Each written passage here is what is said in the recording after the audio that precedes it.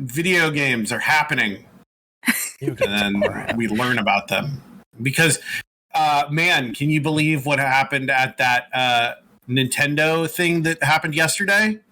I can't believe that they announced they're going to PlayStation. It's wild. Kirby's dead. No, we can't do that because then Kirby is going to die. Masi, or what's his name? No, it's only if you say it. You're the one with the power to kill. I'm fine. You're the one with the fucking living death note over here. I am. It's Yeah, you're cursed with killing people. You know what I'm cursed with? Oh no. Having more trophies than you.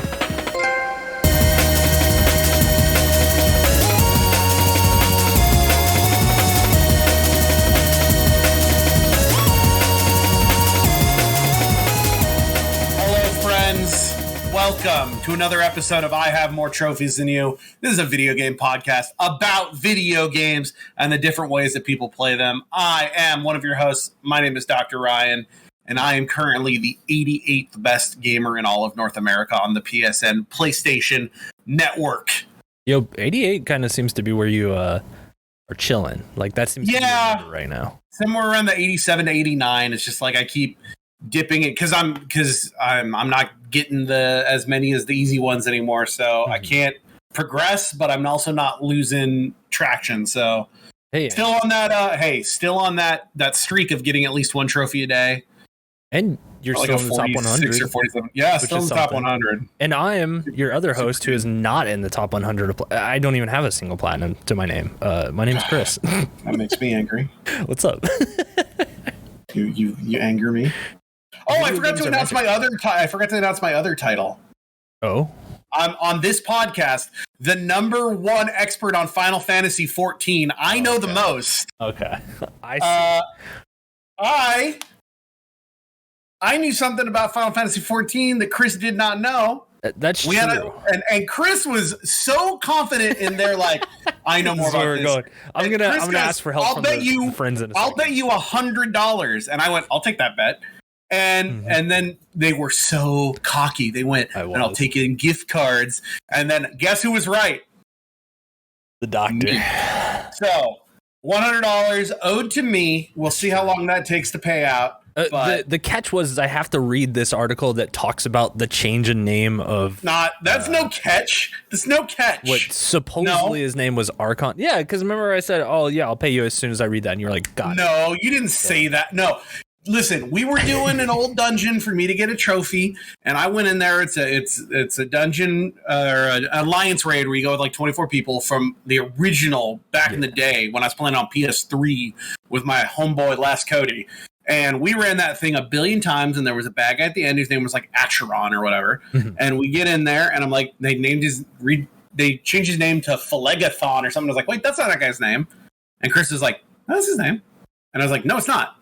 And Chris is like, yeah, it totally is. And then guess who was right? Me. And I found a whole thing about it, how they had to change it because of a problem with a mob in the second part of that. The second wing of the dungeon. That wing that had to be named the same thing. And so they changed the name for America. And so I was right. And 100 US American dollars will be appearing in my hand the next time that we see each other, which is the first time we'll ever see each other. See, I'm starting to wonder. I wonder if I had ever done that dungeon before they did the name change. You're trying to weasel your way out of a bet. I said they changed that name, and you said no, they did not, and they did change that name. When they changed the name, they made inconsequential. Inconsequential. The name was changed. It was, and I was wrong. But that feels so good to hear. Oh fuck. Yeah, Final Fantasy. You were referred to me as Final Fantasy 14 Master, Dr. Ryan. Lore Master, Lore Master. Eorzean Lore Master, Dr. Ryan. Oh my gosh. I can't wait to ask you about Yeah. Oh man. See, I want to spoil Endwalker stuff, but I really don't think we're out of that window yet. You can't spoil it because I'm skipping all the cutscenes. We have somebody else that we should probably introduce. We do. We have our first guest on the show. Hello. It's me. It's you. What's your name? Hello. Caller, go ahead. From first time, long time. Yeah, for sure. Hi, I'm Cece, or better probably known to the audience as Soup. I am Chris's wife. That's true. My wife. Oh, there we go. All right, cool. Continuity. That's all. That's what we're all about here is continuity. Dude. Hey, all I care about is continuity. You stick to continuity and you blaze it along with it, and that's why Fast and the Furious rules. That's why Saw rules. What's up? I you know what? We got to break into this quick minute real quick. Have you been watching Book of Boba Fett? Yeah. Do you think they're about to change the continuity of Star Wars? What do you mean? Well, so we were talking before. There's some shit in like one of the Clone Wars seasons Rebels, where I think. Oh yeah, where fucking Ahsoka Tano talks about like a multiverse, and I am fully confident that they don't want to pinhole themselves into what the sequels did. Not because they can't say they're bad. It's Disney. They still have to be like, these movies are great, but they're like, if we already know the ending, what's the point? So I think they're gonna do some like freaky shit, and maybe we're gonna get like some different timelines so that we can go and do whatever we want. Or they're just gonna have Grogu not get murdered by Kylo Ren. Yeah. I think they've already been walking back a lot of this stuff from the sequels in the books, from what I've heard. But do the books count? Yeah, the books the new canon books do count. Okay. Yeah. But that's secondhand information. I haven't personally read the books, but that's just what I've heard. But you're like the Star Wars lore expert in my mind. Like anytime I have a Star Wars question, I don't know about that. Like, I grew up loving Star Wars, but like, I don't know what happened in the last 15 years, but like, Soup just got like really into Star Wars and just knows way more than I could ever know about Star Wars. Fuck yeah. It's because I've always more been into like the like tertiary stuff of Star Wars, like the video games and like all of the like side movies and like TV shows and stuff. That's always like the more interesting Star Wars stuff to me. And so now that they're like really pushing that stuff out, like there's just so much like more content for somebody like me that's like, yeah, give me all the side stuff, give me all the side characters. Like, I feel that. I genuinely think that's probably like where my enjoyment in Star Wars is right now. It's not like within what is the main canon, like the Skywalkers and shit. Like Luke will always be my favorite character in that universe, but I'm such a main character lover. Look, I'm gonna say this right now for anyone out there. For something to be good in media, like if it's video games, anime, cartoons, TV, movies, whatever, books, the main character has to be the best character. Because if it's not, then what is that story about? Like, who cares about it then? The main character isn't good. If the main character can't be your favorite, then it's not worthy of your time. Like, that's my philosophy. So that's why, like, when it comes to like One Piece, who's my favorite character? Luffy, duh. Like, Dragon Ball, who's your favorite? Fucking Goku rules. Like, why would you bet against Goku? Like, or Vegeta, because Vegeta's basically the main character now. John Cena shit. It is, but that's the thing. It's like, who's the best in WWE? It's John fucking Cena, dude. Like, no, it makes sense. Not. Like, he's never been the best. He sucks. No, the best was always Stone Cold. But well, listen, you can't even see John Cena, so Daniel you know. Daniel Bryan. Fuck off. Is he the yes? I gotta cut myself off from calling him Daniel Bryan now that he's back to his normal name of Bryan Danielson. It's never not confusing. What a genius way. His real name is Bryan Danielson. He's the best technical wrestler probably in the world. Maybe you could make an argument that Zack Sabre Jr. and him are up there. And when he went to WWE, of course, they can't let you use your real name. They got to switch it so they can on the copyright. So they called Bryan Danielson Daniel Bryan. And now he's in AEW where he's Bryan Danielson again, back to his moniker, the American Dragon.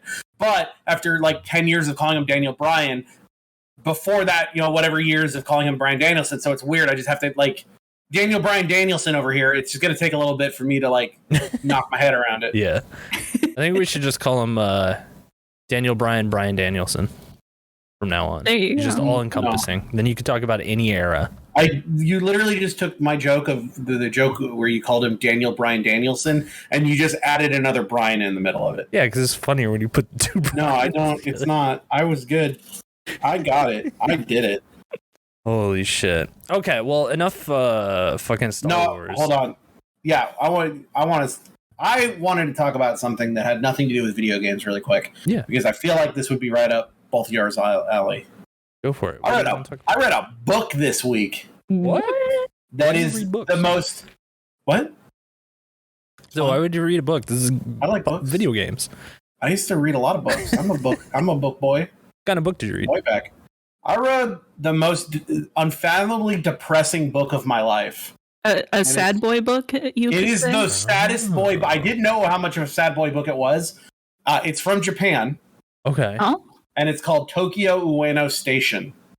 Oh, okay. Okay. Is it about wasn't there like a stabbing that happened there or something? No, this is a book about a guy who's dead, and he's a ghost that has to haunt this station, and it's all about him talking about his life and how much it was just complete ass. Oh, yeah. It's like the writer made a character to have the worst life that has ever happened in the history of lives, just to kick somebody down when they couldn't be even kicked down more. Yeah.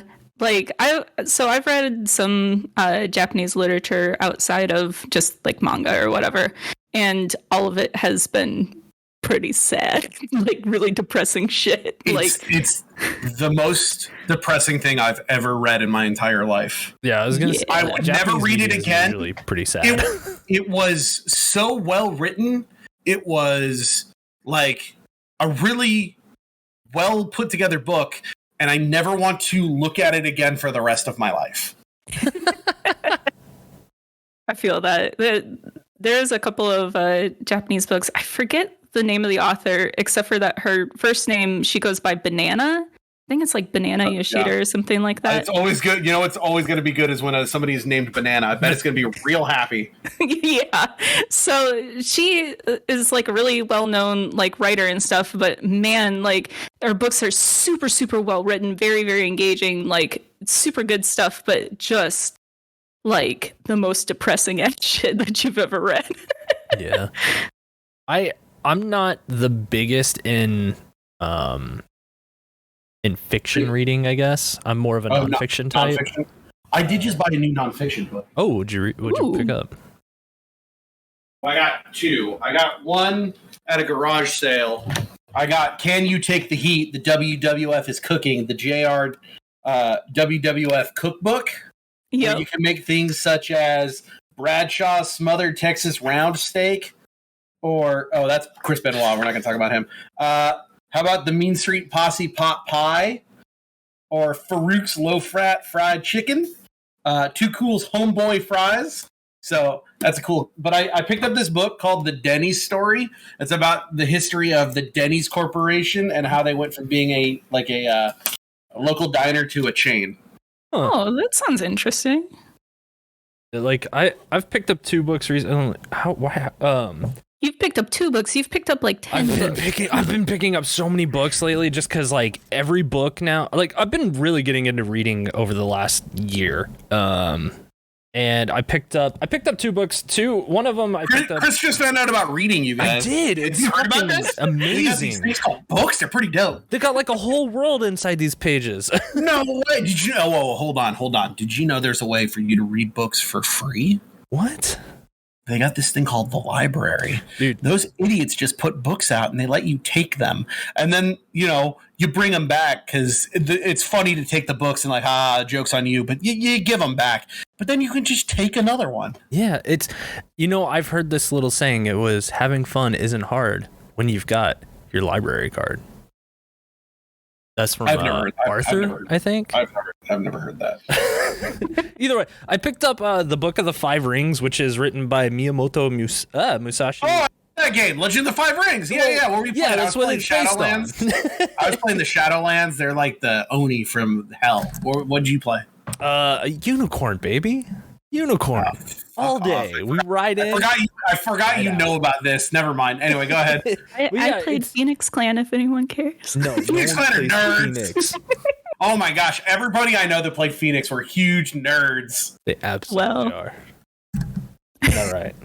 Dump my books, I guess. I'm a nerd. Anyway, what did you read? The Book of the Five Rings is about Musashi's, like, because he's one of the greatest swordsmen to ever live. He won, 38 fucking duels, 38-0, and then he retired to the mountains in Kitakyushu, which is where we lived in Japan, and lived in a cave to the end of his life. And he wrote this book about the philosophy of his life and how he would go about just everything and what made him keep going on and what he thought about life and death and everything inside and out of it. And I was like, wow, that sounds fascinating. I just kind of want to hear the thoughts of this man and how he got to be this legend that he is. So I picked that up. I haven't gotten too far into it because a spoiler. I know I've read that. I went to the last page and I found out what his secret was. Oh yeah. Hey, smoke weed every day. Oh. I mean, what else are you gonna do when you're being a hermit in a mountain? You'll Yeah. You'll get there. And then I also picked up. We do not condone drug use here. That is against the law. Well, unless you're in a state that's cool. I don't give a shit. I was just kidding. No, none of my patients listen to this. The other book I picked up, I want you to read, Ryan. It's a 400-page book. No, I got video games to play. The History of Hentai Manga, an expressionist examination of ero manga. 1,000,000,000,000% not reading your fucking smut book. It's not. It's like a huge thesis basically, and I cannot wait to read it. This is what I'm digging my teeth in right now. It's 400 pages. It's thick as fuck, but I'm so fascinated. This is why I have more. No, I can't say that. If I say that, it'll end the episode. This is why my video game count is higher, because I'm not around sitting reading smut books. I'm playing video games because it's time for the Platinum Report, baby. Woo! Play this song. We come to you today as the 88th best gamer in all of North America, the 566th best in the world, up on both of those, up one since last week. I don't know, 2 weeks. But we've gotten 15 new platinum trophies since last episode. Plus, I went back and finished the DLC to it. So 100% of the game already had the trophies for, or the platinum for. Spoiler, it's the game we're talking about this episode. So I did go back and finally beat all the DLC to Horizon and then beat the game again on ultra hard mode. We'll talk about that when we get to it. Mm-hmm. Finally. Platinum. What was that? Finally. Oh, whatever. You got all the trophies? No. There we go. All right. There it is. I did beat the DLC before you. I just, Did you beat the game on New Game Plus Ultra Hard? Oh, no, I don't fuck with New Game Plus.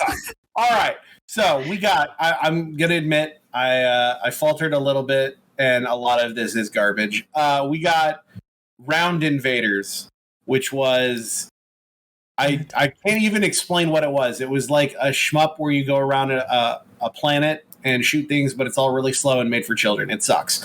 We got Gav Odyssey, which is a game where you can put in a code to just hit L1 and skip the entire game and get the platinum in a minute because it was on sale. We got Starlight Shores on PS4 and PS5. That is a dating sim game about, I believe, teenagers on a beach. I don't know. I just did everything I could to get the platinum really quick. We got the platinum in Super Onion Boy 2 on PS4 and PS5. That was just a nice little platformer game, about a 20-25 minute platformer. That's just fun. I like platformers. We got all the trophies in Wonder Book of Spells on the PS3. Do you know about Wonder Book? Yeah, is this the weird PlayStation Move/I? So it was a thing for the PlayStation 3 that there's 4 games for it. Right. I own 2 of them, the 2 that are the Harry Potter ones, and then there's 2 more out there in the wild I was sending to get. But the first one, it comes with a little book that has those AR codes on it.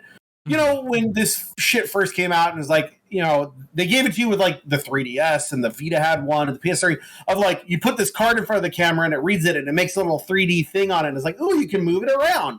So it was that with a book, and you're casting spells from Harry Potter. It's I do a spell, and then you get a platinum trophy in a couple hours. Was it cool? Did you feel like Harry Potter while you played? Did you put on like a little robe and a hat? No, I sat in my living room and casted spells while watching. I was with friends on Discord, and I think we were watching something. Yeah, I do remember this now. I was a part of this. Yeah. What were we watching? I have no fucking clue. I don't remember. I was talking to you guys and just being like, this game's ass. Mhm. But I got it. It's rare, so good to have. It's hard to get the whole thing with the fucking book. We got the platinums in the PS4 and PS5 versions of The Ketchup Story, which is a game where you just press R1. It's a cookie clicker type game, but it's called The Ketchup Story, and I thought it was funny to have a platinum that had the word ketchup in the title. They put Active Neurons on PS5, which was it's a block puzzle. I've played it already on PS4 and Vita, so I got another one. They put out a free upgrade to Fast and the Furious Spy Racers Rise of Shifter to get it again on PS5, so I knocked that out again. We got the platinum for My Mate, which is another like infuriatingly bad controlling platformer, but I did it. For our friends over there at Breakthrough Gaming Christian Arcade, we do have Pinball. They made a pinball game that is dog shit. I got the platinum in 37 seconds, but it was $1. And Zippy the Circle Challenge 5, 6, and 7, which is all one platinum. And then the last platinum I got for this episode was Uncharted Drake's Fortune Remastered. Fuck that game. Did you just get that platinum? I got that platinum on Monday. Oh, okay. That game on Crushing is unfair to the point of being unfun. Would you say it is, in fact, crushing? Yeah.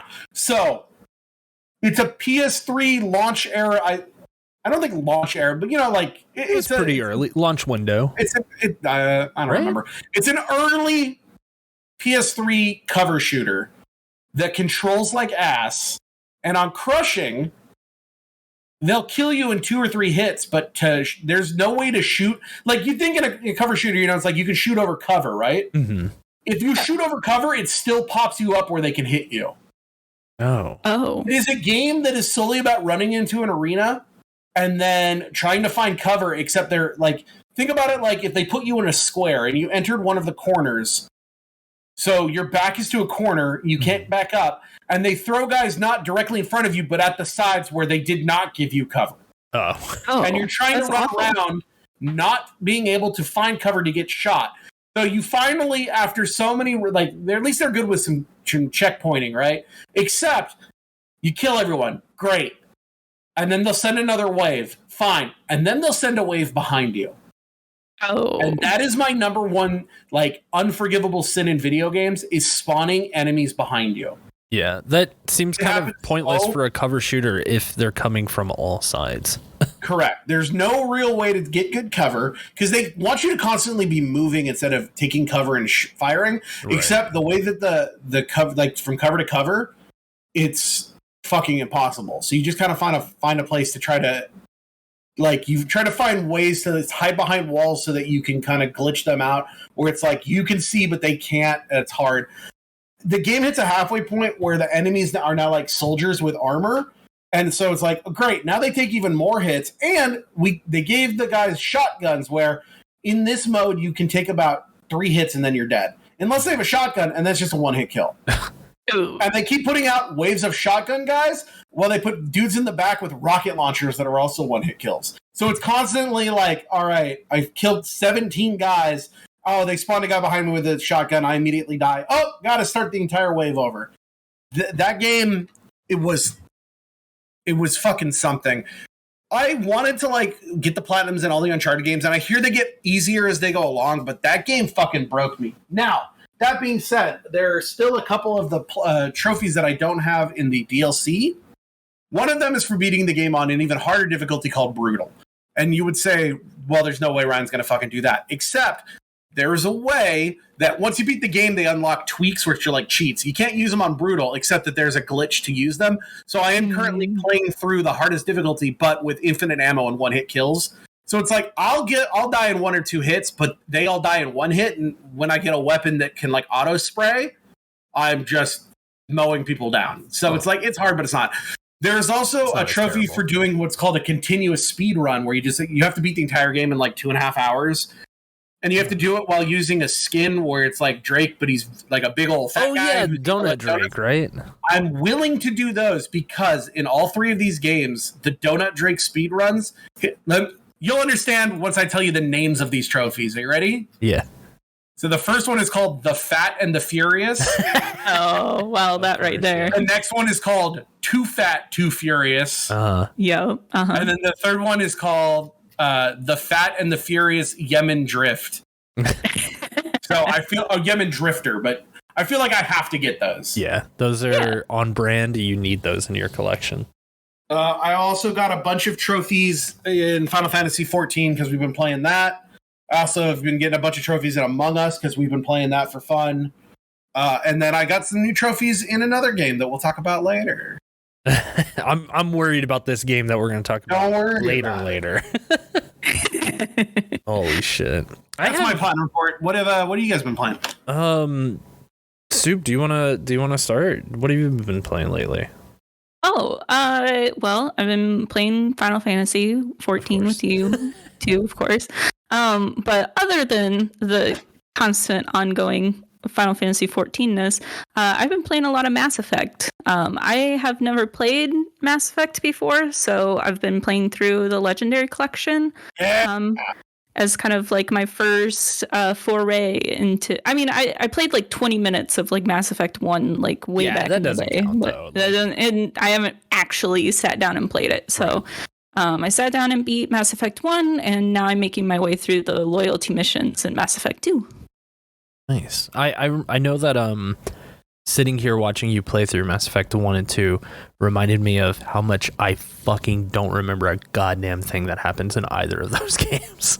Well, that's why I've been playing through them. So you can sit there first and watch one, I have a bit more of a recollection of now since you've played through it all, and I kind of remember the whole gist of that story.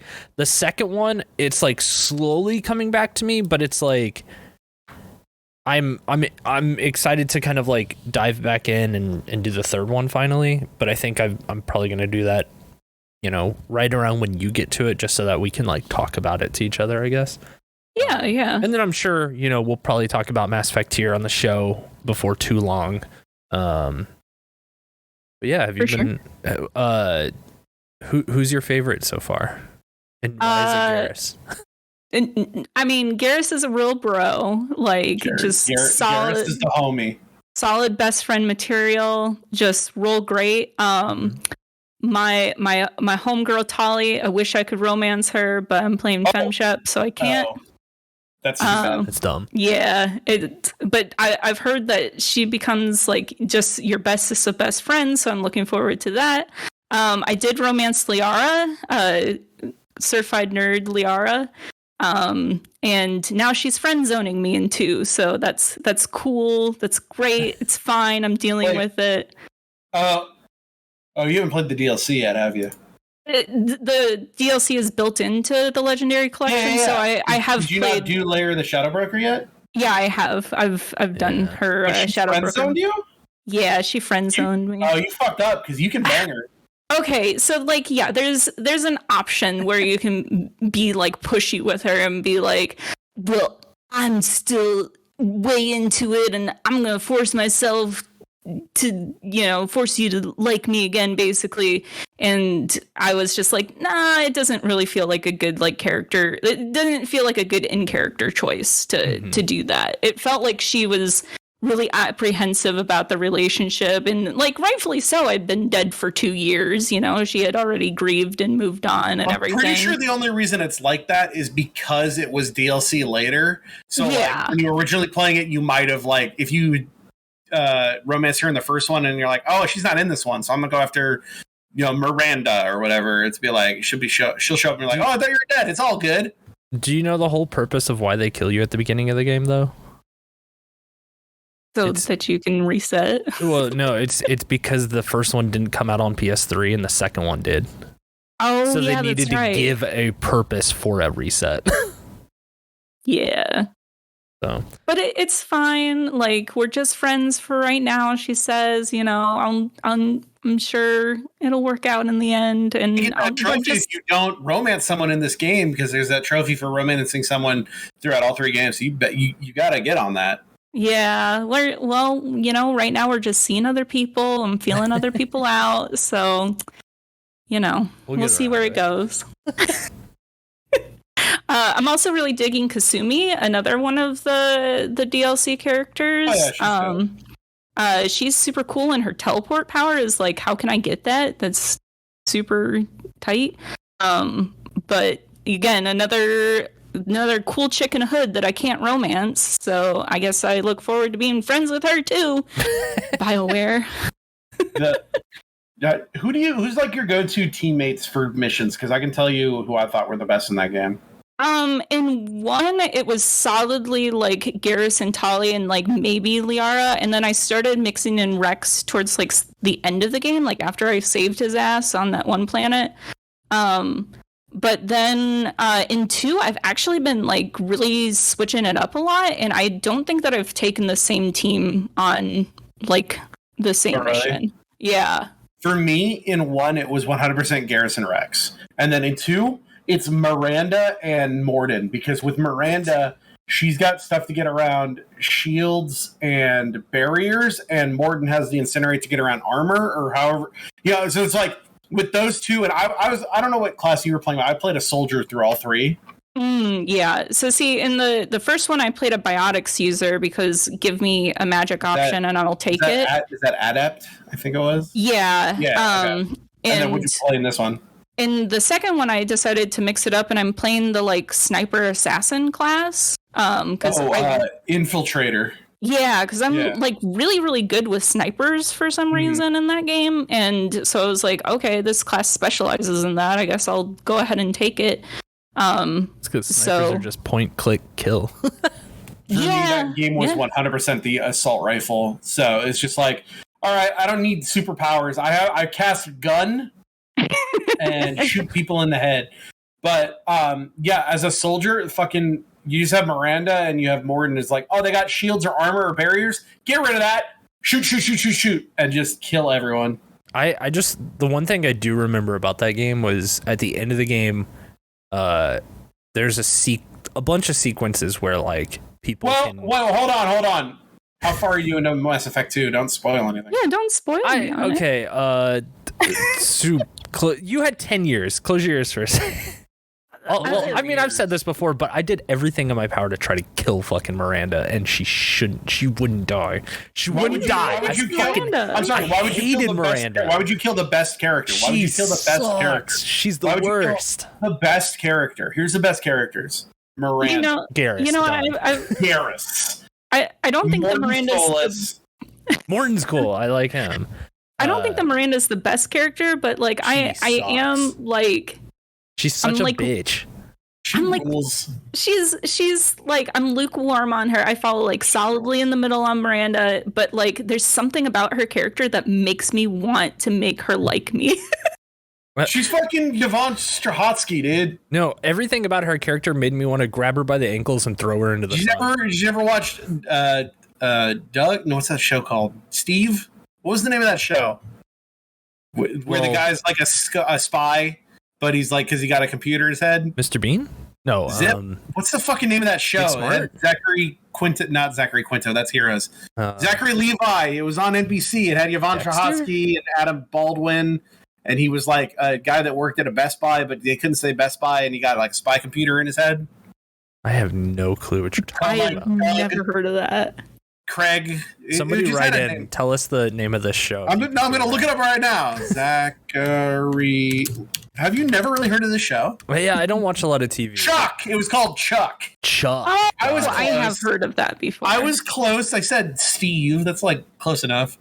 I've heard the name of the show before, but I've never known what it was about. The idea was that it was some nerd dude that worked at like the geek squad of a fake Best Buy, and then his best friend from college or whatever was a CIA dude, and he was on some mission, and there was some like computer that got scanned into his brain before his friend got murdered by bad dudes, and then the CIA has to be like, you work with us now, and as the CIA and the NSA, and they're like, you're a super spy now, you gotta be, because we can't get the thing out of your brain, but if they find out that the bad guys are coming for you. Hang on, they just took the fucking premise of Full Metal Panic and put it into a shitty American fucking show. Full Metal Panic? Full Metal Panic is an anime. Well, actually, it's a novel. It was a novel in Japan that was turned into an anime.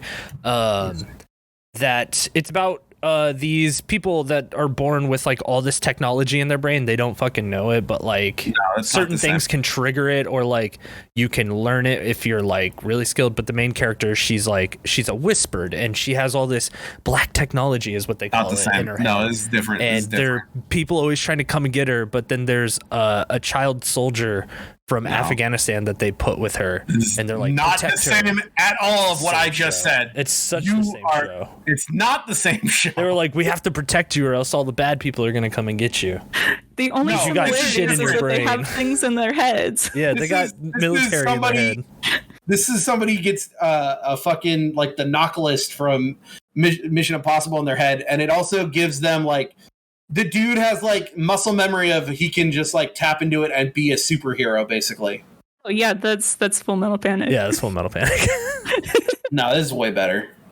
But there's a giant robot. I'm gonna Google Chuck and Full Metal Panic and see if anyone has ever put this together. I hope there's like one thing from like my anime list that's like, has anyone? Full Metal Panic is a TV show very similar to Chuck. See, there you go. But Chuck came out first. What? No, it didn't. What? No way. Full Metal Panic started in predates. That's an old school anime. Oh, I'm sorry, you're right. The way I read it, I thought it said that Chuck predated. Oh, okay. Yeah, because Full Metal Panic's like one of those like early. But let me ask you this about Full Metal Panic: was it sponsored by Subway? No, thank God. Well, there you go. So Chuck is better because I can watch Chuck and get a sweet onion chicken teriyaki sandwich. Oh. But also, please don't ask about the guy that we gave a lot of money to a few years ago. You didn't do that. Oh no, Chuck's on another path now. Oh no. Oh, so that's what the C stood for. Got it. It's Chuck. What's the other one start for then? Huh? Never mind. This is a bad bit. Oh, I put that joke together, and that is a terrible joke. I don't like that joke. Chuck Panic. No, leave this in so people can know your shame of this joke. Fuck. Bad joke. Anyway. Somebody put the bad bit up. Bad bit alarm up. Oh, bad bit alarm. Whoop. Zachary Levi, Yvonne Trahotsky, Adam Baldwin. Chuck, check it out. It's streaming somewhere probably. I bet it's on Hulu. I bet it's on Hulu. Chuck, it's streaming. Is it a USA show or was it? No, it was an NBC show. It's on HBO Max. Watch it on HBO Max. Oh. HBO Max sponsor this podcast. Yeah, please do. I love your service. And then when we get on there, put us in Smiling Friends, because that would be. I've been watching a lot of Paramount Plus recently, actually, because they got all the Jackass movies. Oh well, that makes sense. Oh yeah. I have all those on Blu-ray though, so I'm good. I have Jackass the movie on VHS because my DVD copy got snapped. I would love a VH copy of Jackass 1. That would be tight. Great. It's great. Hey, video games. Yeah. I played some video games. Well, you got 30 seconds to talk about them. All right. I played Sea of Thieves. I've been dipping back into that a little bit because it's such a good game to just turn everything off and just sail around. I've found that I've liked sailing in the last 10 years of my life. Why don't you just do sailing then? I told Soup that one day I'm going to fake my own death in Japan, and then you could just go on a boat. You don't have to make this hard. No. I'm gonna fake my death so that no one knows that I exist anymore, and then I'm gonna get a boat and I'm just gonna run ferries in Japan, and that's it. Also, audience, please note that I'm not included in this escape. Hey, if you like stories about people leaving, if you like the stories about people leaving their wives and ruining lives, you should read the book Tokyo Ueno Station. Other than that, I played a game called Let's Build a Zoo. I think that's what it's called. Oh, we bought a zoo, the video game? Yeah, it's basically With that. Matt Damon? Yeah, you get to run around with Matt Damon and you build a zoo, and it's kind of. I'm gonna buy the zoo from We Bought a Zoo so that I can say that I bought the zoo. Oh, dude! Then you can say I have more zoos from We Bought a Zoo. I tweeted that out like 2 weeks ago at like 11 o'clock at night because I thought it was funny.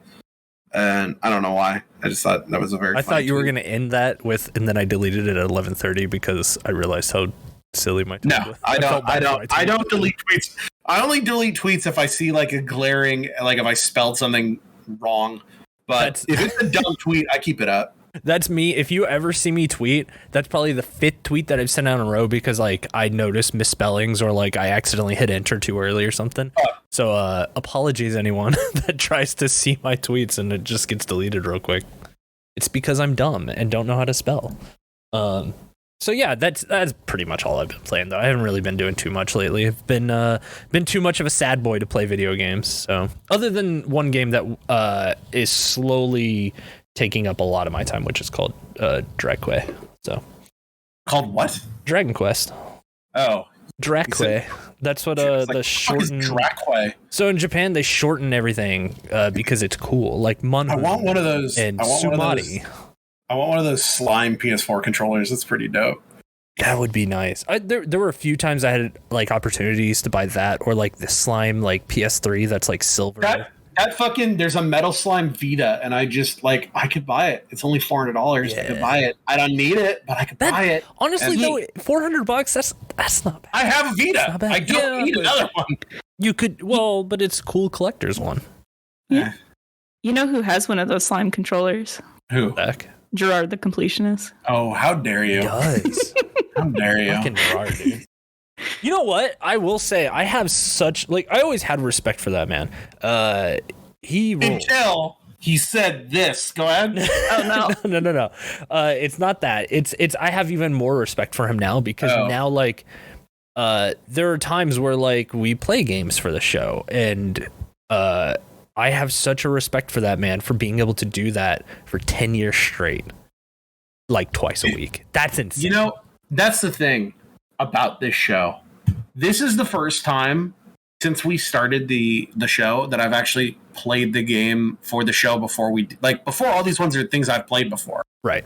So it's like the closest thing before was when we did Resident Evil 8 because I had beat it a couple months ago. This is the first time, and then this next episode I'm playing that game right now. Right. I have never actually before, these have all been games I've already beat. This is the first time that it's like I'm going to play a game and then we're going to talk about it very soon, and it feels like a book club. And I know we've been saying that, like, that's the whole point of this show, why we say them early, but it's like, oh, now I'm doing the book club part. It's kind of fun, actually. Yeah, I really, like, I not to cloud what I was saying, but, like, yeah, I kind of enjoy it. It can be tough at times just to, like, motivate or, you know, sometimes you just want to do other things. But, like, that man completes a fucking game 100%. To be fair, that man is getting paid a lot of money to complete a game, whereas we're just doing this for fun.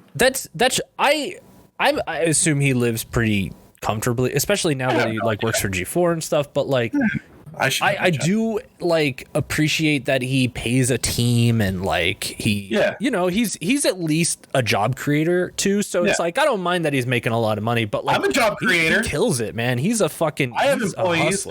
Why are we talking so much about Gerard the Completionist on my podcast? It's about me. Because one day we're gonna get him on this show. Yeah, that'd be cool. Probably not. That would be awesome. Too small time. We are too small time. It'll start somewhere. But yeah, I just want to say I do have immense respect for that dude now. So yeah, sure, he's great. All jokes aside, I love the idea of a one-sided war of me versus Gerard the Completionist. So he doesn't even know what's going on. He's like, I have more trophies than that guy. Why is everyone talking about him? And everyone's just like, shut up, Ryan. There will be one day where I will have to make a Twitter like the clip that we throw up to be like, hey, get ready for the episode where we're like, oh yeah, Gerard. No, and then I'll tag him. 100% right now. Never do that. Anyone listening to this, someone's going to think it's funny to go to a show and go up to Gerard and is like, oh, I know a guy who's more trophies than you. Don't do that. It's not funny. Yeah, it's We're not trying to be facetious towards Gerard or anything. I am trying to sell. Like, I love that dude. I think he's great. No one be mean to Gerard. He's too good. Doing that on Twitter, 100%. You won't see it, and it'll make us look like dicks. Yeah, that's true. It's funny in this form to with ha ha ha. Yeah. I can convey my own sense of sarcasm. You know I'm joking. You cannot convey my sarcasm for me. That's true. Well, that's why you do it. Through, I can think of a couple people I know are listening to this right now who definitely would think it's funny to do that. Don't fucking do that. Yeah, to you in particular. You know who you are. If you're listening to this and you're thinking Ryan's probably talking about me, you're right. It will not be funny if you do that. Oh fuck! Here. Let me play out. This is exactly what will happen. You will go up to Gerard the completionist and go, "Oh, I know a guy has more trophies than you. Why do you have more trophies?" And he'll go, "Huh? All right, bye." And then that will be the end of it, dude. And you will feel like shit. And then you'll walk up going, I was a jerk to Gerard the completionist, and he's gonna remember it forever. Gerard will forget about it in 3 seconds, and it will ruin the rest of your life. Go ahead. You sounded like Gerard for like. Yeah, I was going to say that's a really good Gerard impression. Yeah, like that. Yeah, that's exactly. Yeah, like holy shit. No, I legit that, like well, go ahead. A dream guest on this show. Outside of my wife is. Excuse me. Excuse me. There we go. Would be Gerard. I think that'd be my dream guest would be Henry Cavill. Let's get him. That would be so cool. And we'll do the Witcher game that episode. Can I be on that episode? Can we do that? No! Get out! All suits will be kicked outside. The Witcher 3. Could you imagine one day we play The Witcher 3 for this show? Oh, fuck. I tried playing that game. I tried getting the platinum in that game on Death March. That game is so fucking hard. Yeah. Anyway, we should talk about a video game. Yeah, well, I didn't, but we got a video game to talk about. What? Hold on. What do you mean you didn't? Remember that surprise I told you that I was going to drop on you? Yeah? I didn't play this fucking game. That's why we brought a guest in. Get out. I tried my hardest. Welcome to an episode of Just Me and Soup. Chris is not allowed to talk at all. No. For the next like 45 minutes. No, you're done. No. You have to let me finish here, right? Okay. Because here's the thing: is that there's one thing that I really like doing. Oh God, this is just coming out wrong now that I'm finishing the sentence with my wife. Every night. Trying to keep this all ages. Yeah. Fuck. It's playing games with my wife, and one thing that we like to do is a lot of times we'll find a game and we will sit down and play it together. This was a game that. For all intents and purposes, I have zero interest in. I don't know what it is about the genre, but I just cannot get into the like post-humanity genre, like post-apocalyptic. Oh, that's like one of my favorite genres of all time. Would you say that you have a Horizon Zero interest in it? Yeah, I have a Horizon Zero interest in it. And was also the game that came out at the same time as Breath of the Wild. So it was already kind of like, well, there are two games that kind of fulfill this same space. Hold on. Hey, really quick. Yeah. This game is better than Breath of the Wild. Oh, no. Yep. No way. Great job by me for being so brave to say a true statement. And controversial yet brave opinion there. Yes, wow. I stand by it. I think this is a better game than Breath of the Wild. That's a tough one. I like Breath of the Wild. I think Breath of the Wild is fun, but Breath of the Wild gets boring after a while. I know people are always just like, it's an open world and you can do whatever you want. I don't. I want a structured. That Breath of the Wild is just like, hey, there are 4 beasts. Go do them. All right, did them. All right, go kill Ganon. All right, game's over. There's all these side things, and you can go here. It's like, here, it's very simple. There is a story. It's a very compelling story, which we will get into here in a second. Mm-hmm. I love the themes. It hits all of my favorite things. Post-apocalyptic, dystopian, ultra tech, all this shit. It blends it all together. It's an open world game where everything that happens in it matters and makes sense. There's storylines. It's fun to control, and it's got cool bow shooting mechanics. It's a great game. Yeah, it's a hard thing to compare those two games because I think that I think they're drastically different games. I think people only compare them because they came out within a couple months of each other. And they're both open world. They're both open world. I think they're entirely different. This is an open world, third person apocalyptic. Yes, Breath of the Wild is kind of a post-apocalyptic game. However, Breath of the Wild truly is just like it is 10 hours of story and 100 hours of exploration, whereas this is a game that there's exploration, but everything serves a purpose. Right. Whereas I feel like you can skip. I can't tell you how many times I've heard people talk about Breath of the Wild and it's like, yeah, I did this. And people are like, I never saw that. And it's like, and some people think that's a positive. Some people think that's a positive, and it truly probably is. But for me, it's like, oh, well, why did you go over there? Because I could. Well, what did it serve the overall narrative? Didn't really. It was just fun. It's like, that's cool. I want everything to be in. This is how I am. I want everything to be either a side story or a plot or something. I don't want to just be, I went to an island and they took all my shit. Okay, why? Like, I don't know, because it was cool. That's something I've learned, as a trait of yours, is like, it's structure, getting from point A to point B, and how fast can you do that, right? And do everything in between. But like with Breath of the Wild, I love that it is a masterpiece in exploration, because most of that game is just you figuring out what to do next. Like, that's what I think is so great about that game, is because it does unshackle you from the story and going specific paths, because there are even story beats that you might not even see through the game because they're only in like glimpses of the past that you have to find. But I think that's a strong point to it, because I love just kind of being in that world, and then and like you said, like going and finding the shrine. Well, why'd you do that? And like, what does that serve the narrative? The narrative is that I'm this hero waking up after 100 years and I'm re-exploring the world, and being able to just go from point A to point wherever because of the sole reason of being, oh, that looks interesting. I'm going to go walk over there and see what's going on in this neck of the woods. And then you like find a new mob that you haven't seen in the game, or you run into a weird dragon floating through the sky, or a temple underground. I think that is so cool. And it's the fact that there are hundreds of instances of that in that game, that I think that is what it's selling moniker should be. Like, that is the selling point of the game. Like, that is what makes that game so great.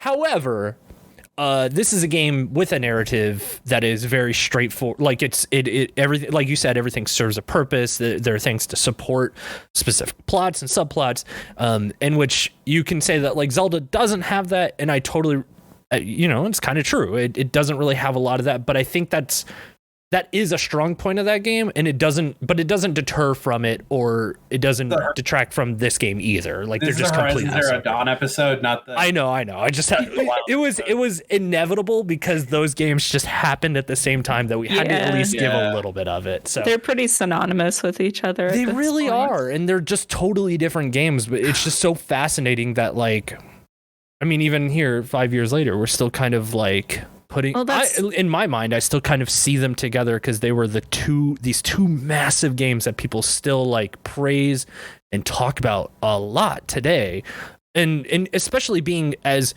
like genre defining as they are, both of the games respectively, today, or to a today's standard. There we go, of the open world RPG, and I think that it's interesting that like we had.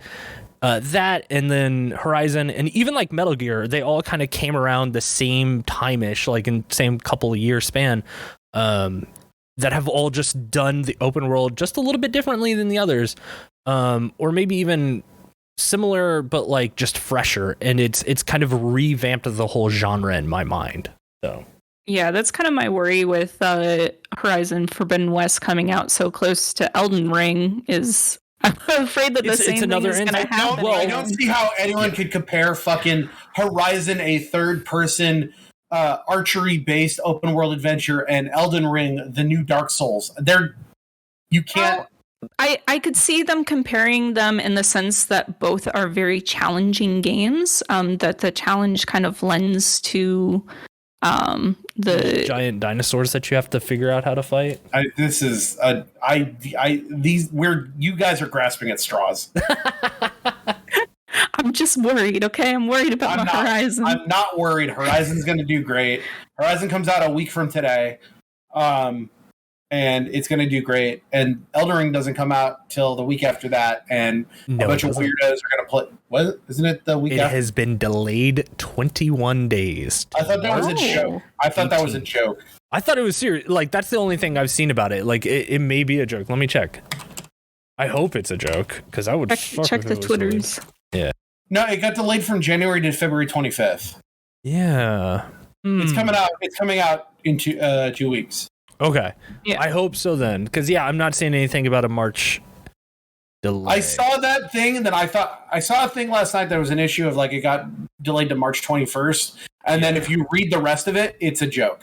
Oh, okay. Oh, man, why people got to be doing that to me? You got fooled, and I got fooled. I got caught.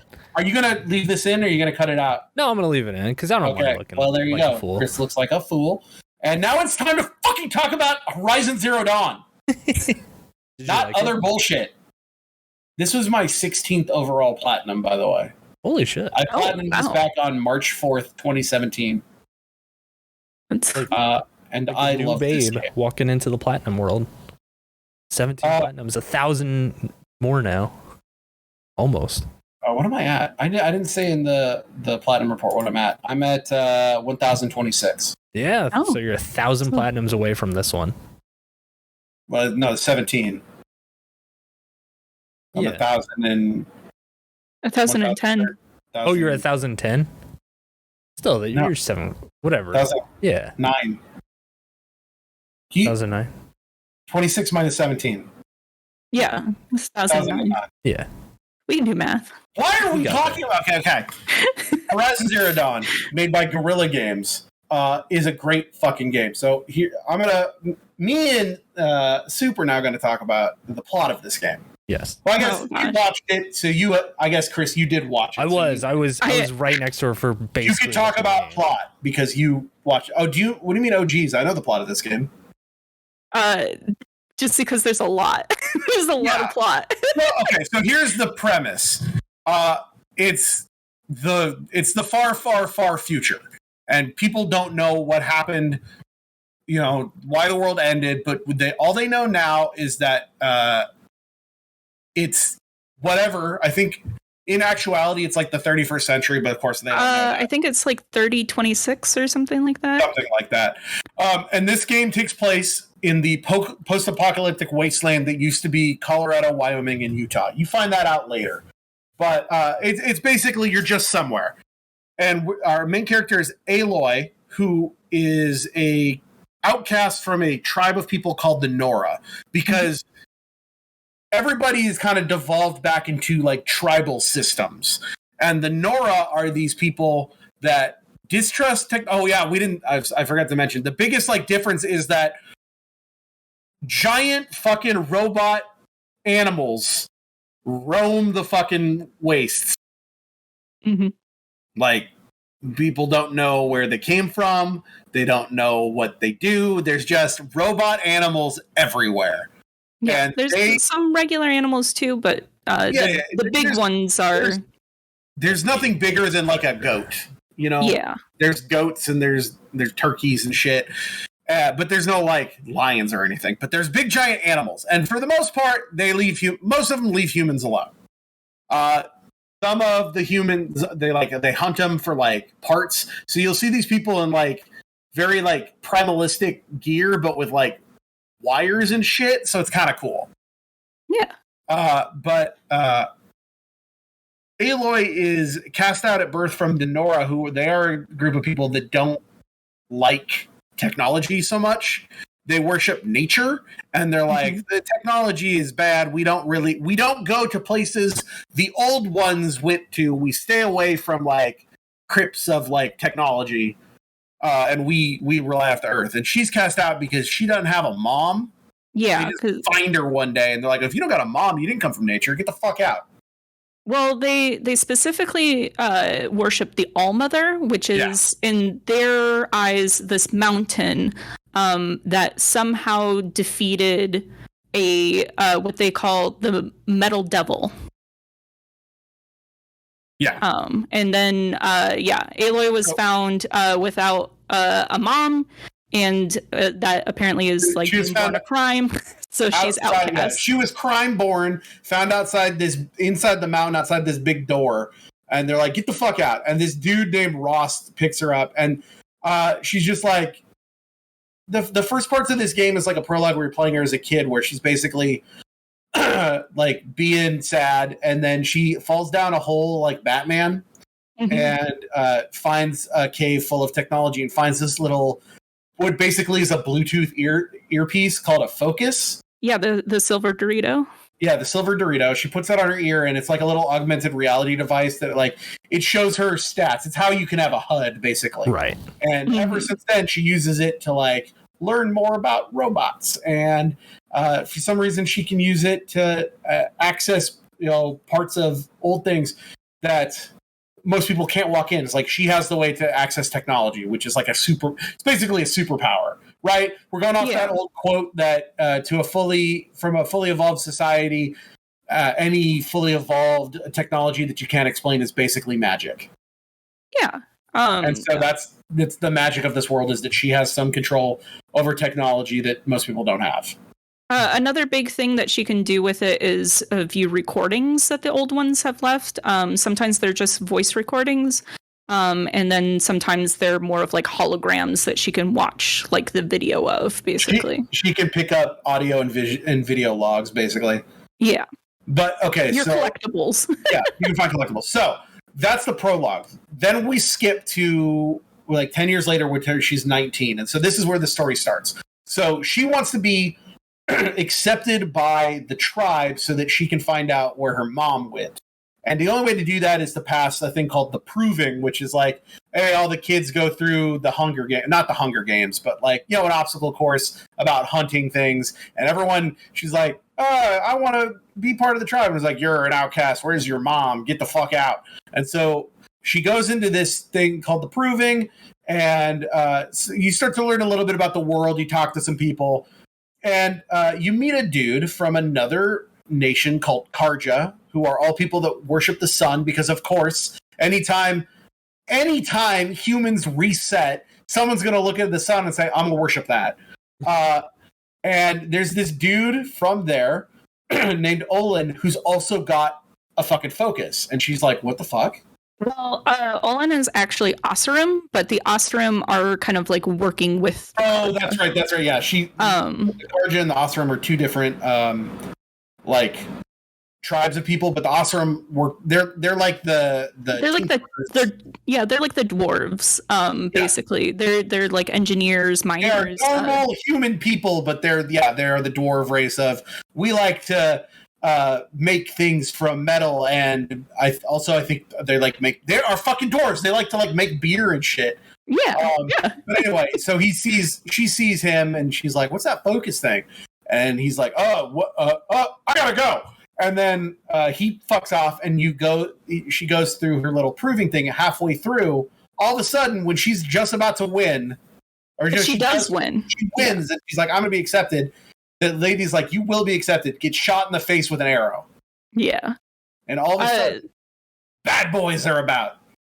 So another quick thing about the Proving, specifically why she wants to win the Proving, is because the person who wins the Proving gets like a favor from the matriarchs, who are the leaders of the Nora tribe. So she's going to use that favor to find out information about her mom. Yeah, I think I said that, but that's fine. But yeah, so all of a sudden, they get shot in the face, and you have to fight these dudes. You don't know what's up. After it, of course, you're the only one that survived, because of course, right? Yeah, of course. You have to. It's the main character. And you talk to one of the elders. I forget the lady's name, but it's old lady. That you are skipping a lot. There's more that happens at the end of that fight. Oh yeah, I forgot. So you're getting choked out over a cliff. Here's the thing: I like to give the general. I don't like to get because if we get involved in all the tiny little things, these podcasts are 8 hours long. Sure. Ross dying is not a tiny little thing. He's only in the game for like 35 minutes. Who gives a shit? Your dad. Anyway, your adopted dad is like, you're about to die, and he's like, I'll get you, and then he like gets fucking killed. It's a super big character moment. It pushes your character along. I will say, you know what though? There is something important in that the main bad guy dude that kills Ross is also wearing a focus. Yeah, and she also picks up another focus off of one of the dead guys. And they're like, so she's got some. She's like, why do they all have these focuses? Why are they coming after me? Because they were like actively trying to fucking kill her. And then so Ross dies. She wakes up. The matriarch is like, hey, I'm gonna tell you the truth. We don't know who your mom is because here's a big old door in the middle of this mountain, and you were just found in front of it. So your job now is to go find out what the fuck's going on. And they give her the title of Seeker, which means she's allowed to leave the sacred land of the Nora. Because that's the other thing is the Nora can't leave because they're like, we just stay here and we fucking they're like hermits. We stay here, we don't fucking go out. So this is how it gives her, a game play reason to leave. And that's really the start of the game. She also looks at the recording that's on the focus that she picked up off of the dead guy, and that's where she learns for the first time about Lisbeth, who is this person that looks exactly like her, but maybe like 20, 30 years older. And the focus tells her it's like a 99.84 or something % like genetic match to her. And so she kind of puts together, because she sees a recording from like Olin's perspective of her. And that's what's compared to this like picture of Lisbeth. And so she's like, is this my mother? Like, basically. Are you my mom? I'm going to be mostly talking about the main story. So at this point, once you get out here, there's a lot of shit you can do. There are side stories and everything, but I'm going to stick to kind of the main story. If you want to talk side stories, we can afterwards. But so if you're like, but we can do this, it's like, you could do that. But I'm going to just talk about the main thing. Yeah, for sure. So, it's an open world game. There's lots that you can do. So the first thing that you do is that you go to the Karja city, which is, what is it? It's called the Sundom. It's Meridian. Their whole thing is called the Sundom because instead of a kingdom, it's all about the sun. There's a lot of sun puns in here. Like the bad guys that we're gonna fight, who are these bad guys that are called the Eclipse, which is of course another pun thing. And there's another side like issue with some dudes that want to rebel against the Karja called the Shadow Karja, because of course, since they don't want to be in the sun, they're the shadow. Yeah, the Eclipse are like a subsect of the Shadow Karja. The Shadow Karja, yeah. We also left out another big like detail before we leave the Nora land, which is that a corruptor attacks Mother's Heart, and you get like a little, after you defeat the corruptor, you get the little like dongle off of it, which Aloy sticks on the back of her spear, which lets her take over machines like the corruptors can. It's not really, it's a game mechanic. It's a game mechanic, but it's not story. Yeah.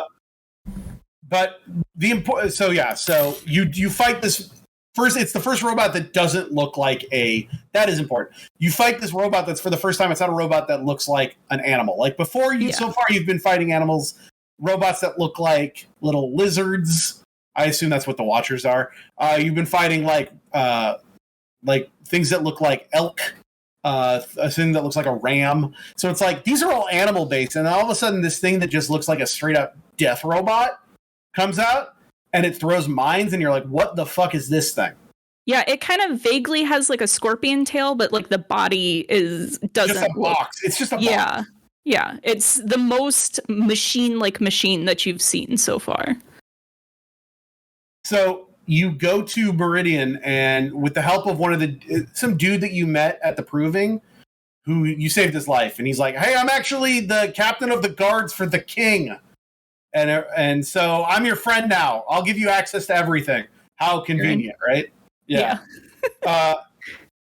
He takes you to Olin's apartment, the guy that had the focus, and you find out that he was being forced to work for these people, the Eclipse, or else they'd kill his wife and daughter.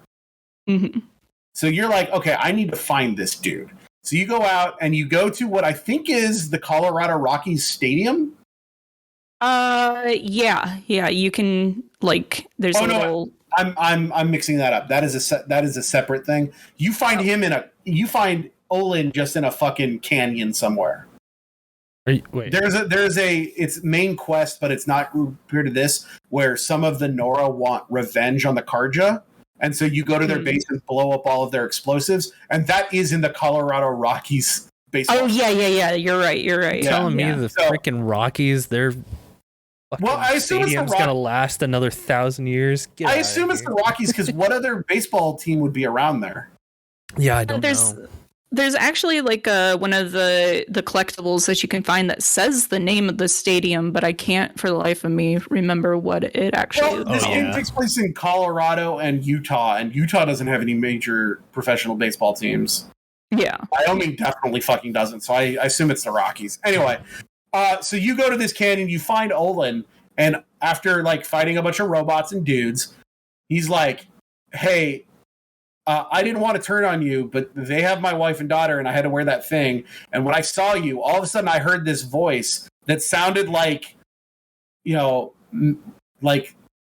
devil, basically, like this giant mechanical just say, threat assessment verified, and then, everything happens. So it's like, you get this, basically you learn that, you are important to the bad guys. They don't know why, but it's like you are a problem for the Eclipse. Yeah, basically the metal voice is telling them hey, this chick is important because she looks like this other chick. Go kill her. And then even though they bring it up before, this is what I was going to bring up. It's because you find out you look like somebody named Elizabeth Sobek. You don't know who she is. You just know you look like her, and that's why you're being targeted. Mm-hmm. So that's also the mission that you hear the mysterious voice in your focus for the first time. Oh yes! All of a sudden you hear the mysterious voice of, okay, when I say mysterious man telling you where to go, who's the first voice actor you think of? Chris. See, that's hard because I play most of my games in Japanese. So. Oh shit! All right, never mind. It's Lance Reddick. Oh, okay. I love. You know Lance Reddick is from the Chronicles of Riddick. No. Is Vin Diesel? Are you telling me that I missed this fucking game because Vin Diesel's? This is why you're not allowed to talk during this episode. Lance Reddick from shows such as he was on Lost. He was in. I didn't watch Lost. He was in John Wick. He's the guy that I haven't seen John Wick. Front desk dude at John Wick. What the fuck is wrong with you? I lived in Japan when all those movies came out. We didn't get them. Yeah. He was on The Wire. The Wire is good. I'll give you that. That first season. He was in Fringe. I never watched Fringe. Nope, didn't watch. Oh, he was on Oz. I forgot he was on Oz. No, he was in Quantum Break. I never played that. When are they gonna put that game on PlayStation? Is that the Microsoft game that they did? Oh, they did the Quantum Break is the Remedy game with the that's the game made by the people who made Control that had the TV show that everyone's like, this is fucking weird. Wasn't that didn't Microsoft have a big pay in that though? I don't think it'll ever go to Sony. It could after so many years, I guess. Because they had a big. It was developed by Remedy, but it was published by Microsoft Studios. Right. But Alan Wake was the same thing, and now Alan Wake's on PlayStation. Yeah, and so is Mass Effect 1. So apparently, it sold really well. Quantum Break was the best-selling new intellectual property. Quantum Break was the best-selling new intellectual property published by Microsoft since the launch of Xbox One, though that record was broken 2 years later by Sea of Thieves. Oh, okay. Shout out to Sea of Thieves, one of the best fucking multiplayer games you can play right now. It is really fun. I don't understand no. the premise. This is not the Sea of Thieves podcast. Okay, so this dude's just like, hey, you should go check out Maker's End, and you're like, what is that? And it's like, it's this giant fucking like mountain of dead robots and shit that we don't go in. You know, then everyone's like, don't go in there because that's where the old ones died, and so it's cursed. I think you're getting that mixed up with the Grave Horde, which is the next place that you go after Maker's End. You're right. Maker's End is just a regular old ruin. You're right. It's just a big giant ruin. So you go in there, and everyone's like, well, it's like they let you in, and you're like, how did this go? It's like, oh, the fucking what's it called? The Focus let me in. And so you go in there, and it's a cool, big, giant puzzle dungeon of parkour, which I like the parkour in this game. Did you like the parkour in this game? I really like the parkour in this game. Before you actually get in, though, you face your first Deathbringer. Which is a big, giant... it's another big, giant robot. Yeah, it has absolutely no animal characteristics whatsoever. It's just... It's a Metal Gear. Yeah, You're fighting a Metal Gear. Yeah. It is a big giant Metal Gear. Oh, it's pretty simple. Even on ultra hard, all you do is you just light it on fire, and then when it's freaking out, you blow off all shit with tear arrows. We'll get into that when we talk about gameplay, which I love the gameplay in this game. We'll get to that. But so you get in there and you traverse this whole thing, and you finally get into this area where you finally find out, like, this is the first big lore dump of where they basically lay out what the fuck happened to the world, which I thought this part was great because I love this shit of learning how the world ends before it rebuilds. Mm-hmm. And so the basis of the end of the world is there's this dude that is basically Elon Musk, named Ted Lasso. So Ted Lasso. Ted Lasso's in there? He's this dude that just owns a giant like robot corporation, and he's like Faro Industries. Yeah, Faro Automated Solutions. Yeah. He is like, I've done it. I've made robot soldiers, and it's those he calls them the peacekeepers, but they're the corruptors. Those small like square robots. Like, these are great. They can self-replicate, so if they get destroyed during war, we can make more. And they don't run off fuel, they run off biomass. They can just suck up plants and dirt and run forever. America, buy them, we'll be the best country on earth. And America's like, no problem with that. Yeah, and America's like, here's $1 trillion, make us our death robots. Well, guess what? Oops. He accidentally wrote the code wrong that he can't stop them from self-replicating. Yeah, so when you get into Pharaoh's office at the top of the puzzle dungeon, it's Lisbeth that's meeting with Pharaoh up there, and Lisbeth is basically like, yo, there's a glitch in your robots that we can't override it, and they are overriding their programming and attacking people, so that's not great. They're just they can use us as fuel. Yeah, they're wantonly murdering people and stripping all the earth of life, and there's nothing you can do to stop it. Like, the end of that, you think, I was like, oh, okay, maybe something went bad. But the end of that dungeon is literally the realization of him learning, oh, it's too late. The world's fucking done in, like, I forget the time. It's like, we have 80 whatever years before, or I think it's less than that. I think it's like we have 20 years before the world is over and we're all dead. Yeah, so Lisbeth basically like blackmails him into. She says that I've got this proposal. It's called Project Zero Dawn. If you don't sign my proposal and bring it to the U.S. government to enact, then I'm going to tell everybody about this glitch in your robots. So there. Yeah. So and then you learn what Zero Dawn is, which is she's basically like, give me all your money. I'm going to use it to make a fucking terraforming system so that I can save. I can turn the robots off. I can repair the damage they've done, and we can, get everything done. By the end of it, you learn. Oh no, wait, that's not until Maker's Grave. So she's like, I'm going to solve this. Give me all your fucking money, or else. Yeah. And so you do all this, you learn it, and that's that's the first big lore dump, and that's when Silence goes, "What's going on? Tell me what you found, because I couldn't get in there and I didn't know." And so you explain everything, and he's like, "All right, I'm your new friend. We're gonna solve this together. We're gonna find out what the fuck's going on." And he basically becomes your guy in the chair. He's hey, you should try here next. You should go here next. And it's Lance Reddick, and he's dope. So the next place that he points you is the U.S. Robot Command, which Ayla is kind of upset because she wanted to learn more about why does Lisbeth look like me, and she learned none of that. There's no time for that. You'll learn that later. Yeah. Time to go to Robot Base. Yeah. All which basically is another one of those puzzle dungeons, kind of similar to the last one. You get another big lore dump, which is basically all you really learn is that the U.S. government was like, cool, awesome, let's go ahead with Project Zero Dawn. We're going to do another operation called Operation Enduring Victory, which is basically that they're going to use the entire human population. They're going to give them all guns, use them as meat shields so that Project Zero Dawn can finish.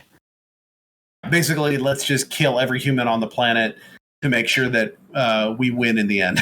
Yeah, so they're not telling the general public about Project Zero Dawn.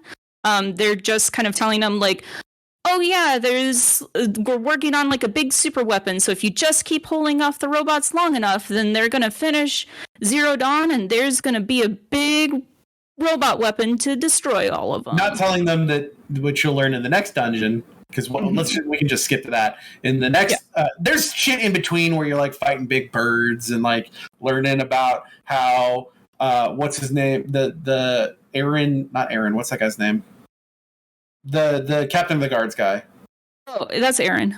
Yeah, Aaron had a sister who's dead, and then you find out the Sun King wanted to bang her, and he's like, "I'm so sad. You look like her. Do you want to be my queen?" Yeah, and then she's literally maybe the corpse isn't even cold yet, and he's already "Hey, baby."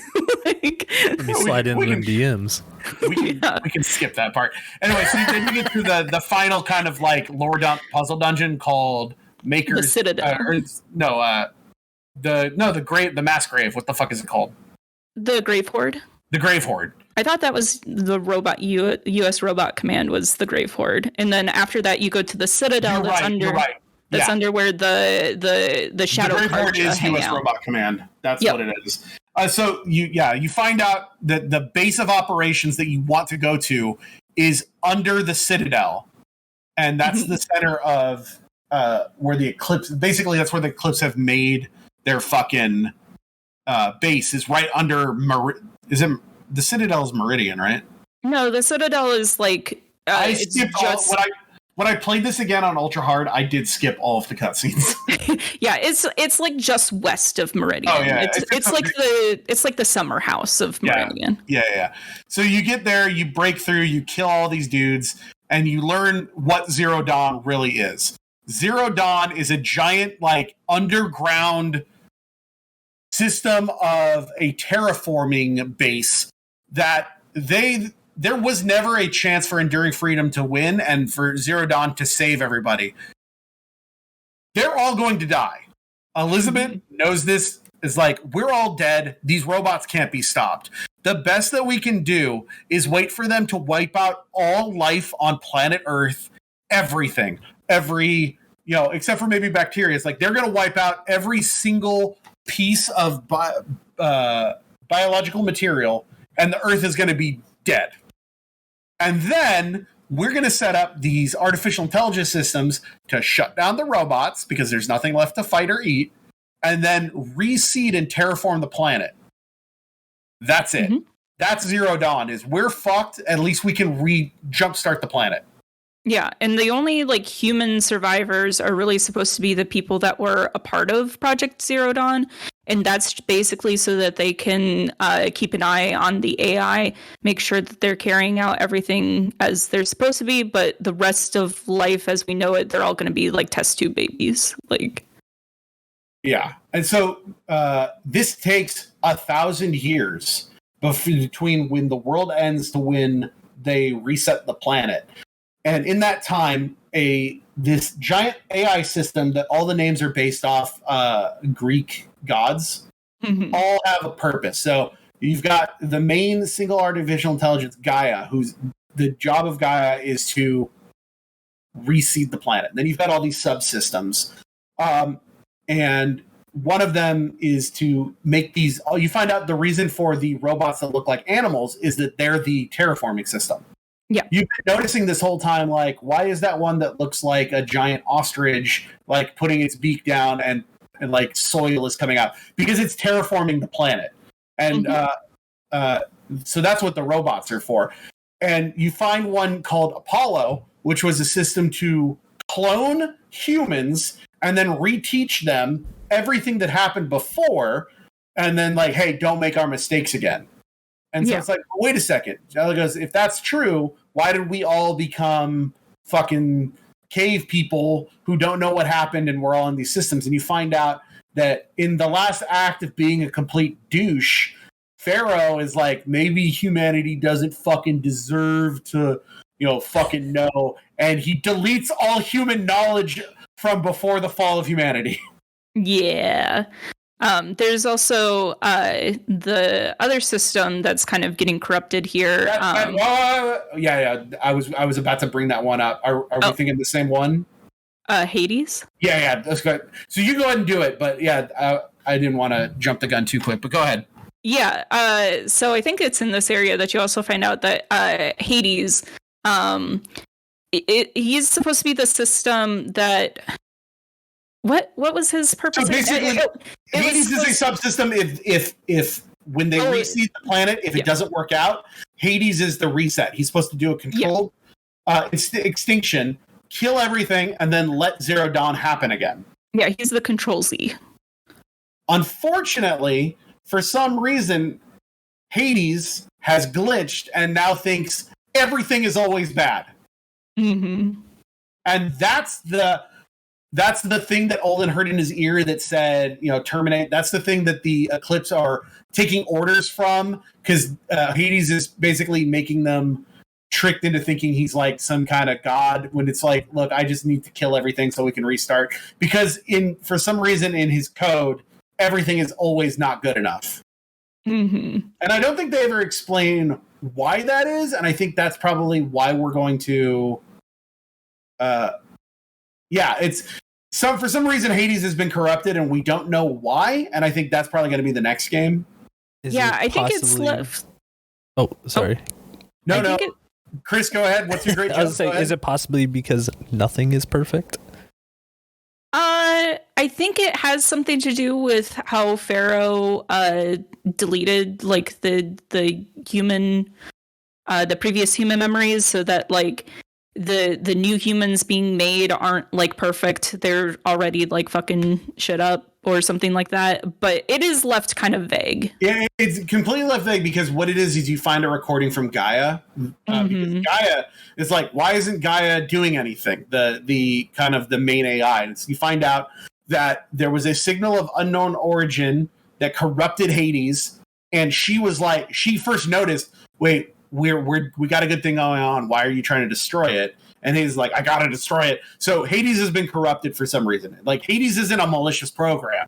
It's just a program that thinks it's doing. So Gaia self-destructs so that Hades can't take over and kill everything. And she's trying to destroy Hades by like killing herself, basically. By Gaia blowing up, the terraforming process wasn't completed, and that's why everybody is cave people, along with the Apollo thing. Mm-hmm. So then you find out the last thing that Gaia did to make sure that Hades could be stopped is cloned Dr. Sobek. That's Alloy. And then put Alloy out in the world with the assumption that it's like, oh, Dr. Sobek made me. She's the smartest person of all time. If I just clone her, she'll figure it out. Which is a hilarious premise. Yeah. No pressure. I kind of like that. That's the plan. You find out also it's cyclical, because Gaia killed herself to make Sobek, but Sobek originally killed her, like sacrificed herself to stop the warbot, the fucking original warbots from finding and destroying Project Zero Dawn. So you kind of find out that Project Zero Dawn, the Enduring Victory wasn't really working. It wasn't slowing down the robots fast enough. And so Project Zero Dawn, there's a bunch of different things that were going wrong in it, but basically they weren't going to finish on time. Mm-hmm. I just kind of love that it has that like Shinji Ikari vibe of like, oh fuck, it's all gonna be destroyed. Well, let's just redo it again. Hopefully, we'll figure it out this time. And it just kind of keeps repeating. Of, like, the cyclical of like, well, this one fucked up, so let's do it again, and maybe next time it'll work. Right. We really are in an age of that story. It's like you get that with Loki. We're doing that with the Multiverse of Madness. Like, it's all. Hey, oh wait, hold on. I was about to say something, but it's a spoiler for something. Take your headphones off for a second. Oh, okay, hold on. The fucking story of Mass Effect. Yep. Put it back on. Soup, you're good. Can I come back? Yeah, you can come back. Yeah, you're good. So It's like, this is a great story. It is kind of been overdone now, but this is 5 years ago, so I give it credit. Yeah. But so plus, I mean, it's not a bad theme. I mean, it's something that is being revisited. I think it's being revisited right now because we're in just like such a period of humanity where there's a lot of questions about like where we're going to go next. We've kind of reached this point where like, what is next to evolve in our species, you know? And it's always the thought of like AI is next and whatnot. So I want to shoot kinetic beams from another dimension out of portals where my eyes should be, and they don't have any heat. It's all kinetic energy, and I want to call myself Cyclops. You want to be a Summers boy? Okay. Scott Summers is... Does it not make sense, though?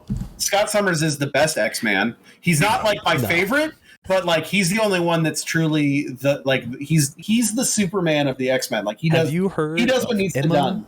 Frost. What? Have I heard of what? Emma Frost. You mean the terrorist Emma Frost? Yeah, like the best fucking... I don't know if she's the best X-Men. I don't know what the best X-Men is. Member of the Hellfire Club. She's a... yeah. If you could have any X-Men's powers, whose X-Men's powers would you have? Ooh, that's an interesting question. Yeah, that's tough. That's why I asked it. Kitty pride. I want to be able to walk through walls and shit. It's boring. You're just going to use that for either to steal or to do, like, things. Obviously. I'm gonna walk into a vault and walk out of it. What are you gonna pick? I've always been quite partial to Gambit, but I don't know if I'd necessarily want his powers. I mean, he didn't even want his powers. He fucking rewrote fucking existence to get his powers gone. But I also really like Nightcrawler. Like, I think Nightcrawler's, you know. But then you'd have to be weird and blue. Yeah, you have to be blue. So you also get to be like Mystique's son, kind of. Kind of. As for me, it's always been like, I can't choose. It's one or the other. It's either Elixir or Cypher. Ooh, yeah. Elixir, because you have full control over biology. So you could just like cure every disease, and also just like you could blink and like someone would explode.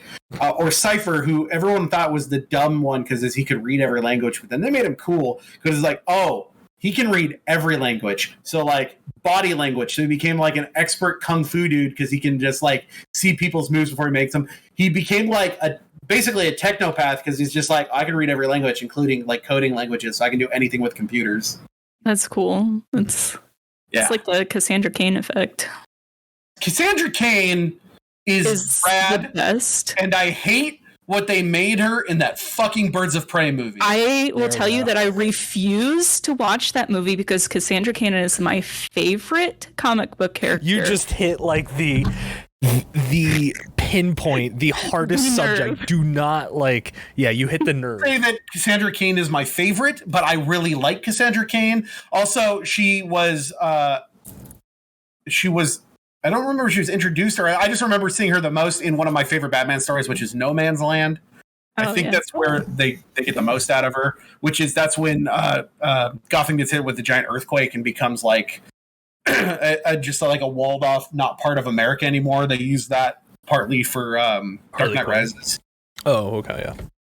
But no, that Birds of Prey movie, I'm insanely disappointed with, because it was just like, we're going to take silent assassin, killer, deadliest of all time, Cassandra Cain, and we're going to make her a fucking mouthy girl who likes to steal and put like a watch in her butt or something. I don't remember it. Oh no, she ate a watch and had to wait to get it like pooped out or something. I absolutely refuse to watch that movie. It's not good. It's not bad. It's not bad. It's just not good.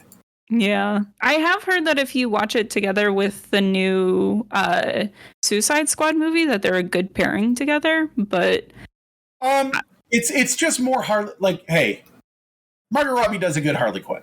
Yeah. And the new Suicide Squad is actually pretty good. The problem with the fucking Birds of Prey movie is that they change too much shit around. Like, the Huntress barely does anything. She's just kind of like, I'm gonna kill. Oh wait, I forgot. Oh, I don't know what's going on, but I'm gonna kill. And Renee Montoya they made her too old. Like, Renee Montoya is dope when she's on Batman the Animated Series, and she's like, I'm a cop and I'm doing what needs to be done. And now she's like, I'm old and I'm close to retirement. I'm crazy. And look, it's funny because it's me and I'm Renee Montoya, but I'm wearing a shirt that says like boner alert on it or something. There's a point where she gets like shit on her clothes and she has to wear like a dumb shirt that says like boner inspector or something. It's bad. Yeah. Ewan McGregor is a pretty good Black Hand. That was fun. I mean, he's just kind of a good actor. So. Black Mask, not Black Man. They're two different people. Video games. Anyway, so the ending of this game is that you get captured by Helis, who is, and then you gotta fight a big dude, and then Sealands helps you out, and then you gotta go like, all right, here's the plan. We gotta fucking stop Hades because this guy sucks. So we're gonna go to the Spire, which is basically a big giant like fucking antenna that the programs use to control the corruptor robots, and we're gonna fucking take them out. And so Hades is gonna use the Spire to basically restart the terraforming process. Yeah, he's gonna the extinction process. Or the extinction process. He wants to stop the terraforming process. Yeah. And you go and you fight a whole bunch of bad guys, and then you kill that Helis dude, and you're like, you didn't even know what you were fighting. And he's like, oh, and then you stab him in the face. And then you fight a big giant Deathbringer, and it's fine. And then you stop it, and everything's great, and you stop Hades, and you end the war, and everyone's happy. And then you get a little scene where you finally go to Sobek's home, and you find her dead corpse, and you're like looking at your dead self, and it's very weird. But then you get the setup to the next game in a post-credit scene. You see fucking Lance Reddick, and he's sitting in his little laboratory, and Hades is alive, and you're like, where am I? What's going on? And Silence is like, we're going to have a little chat. And then it ends.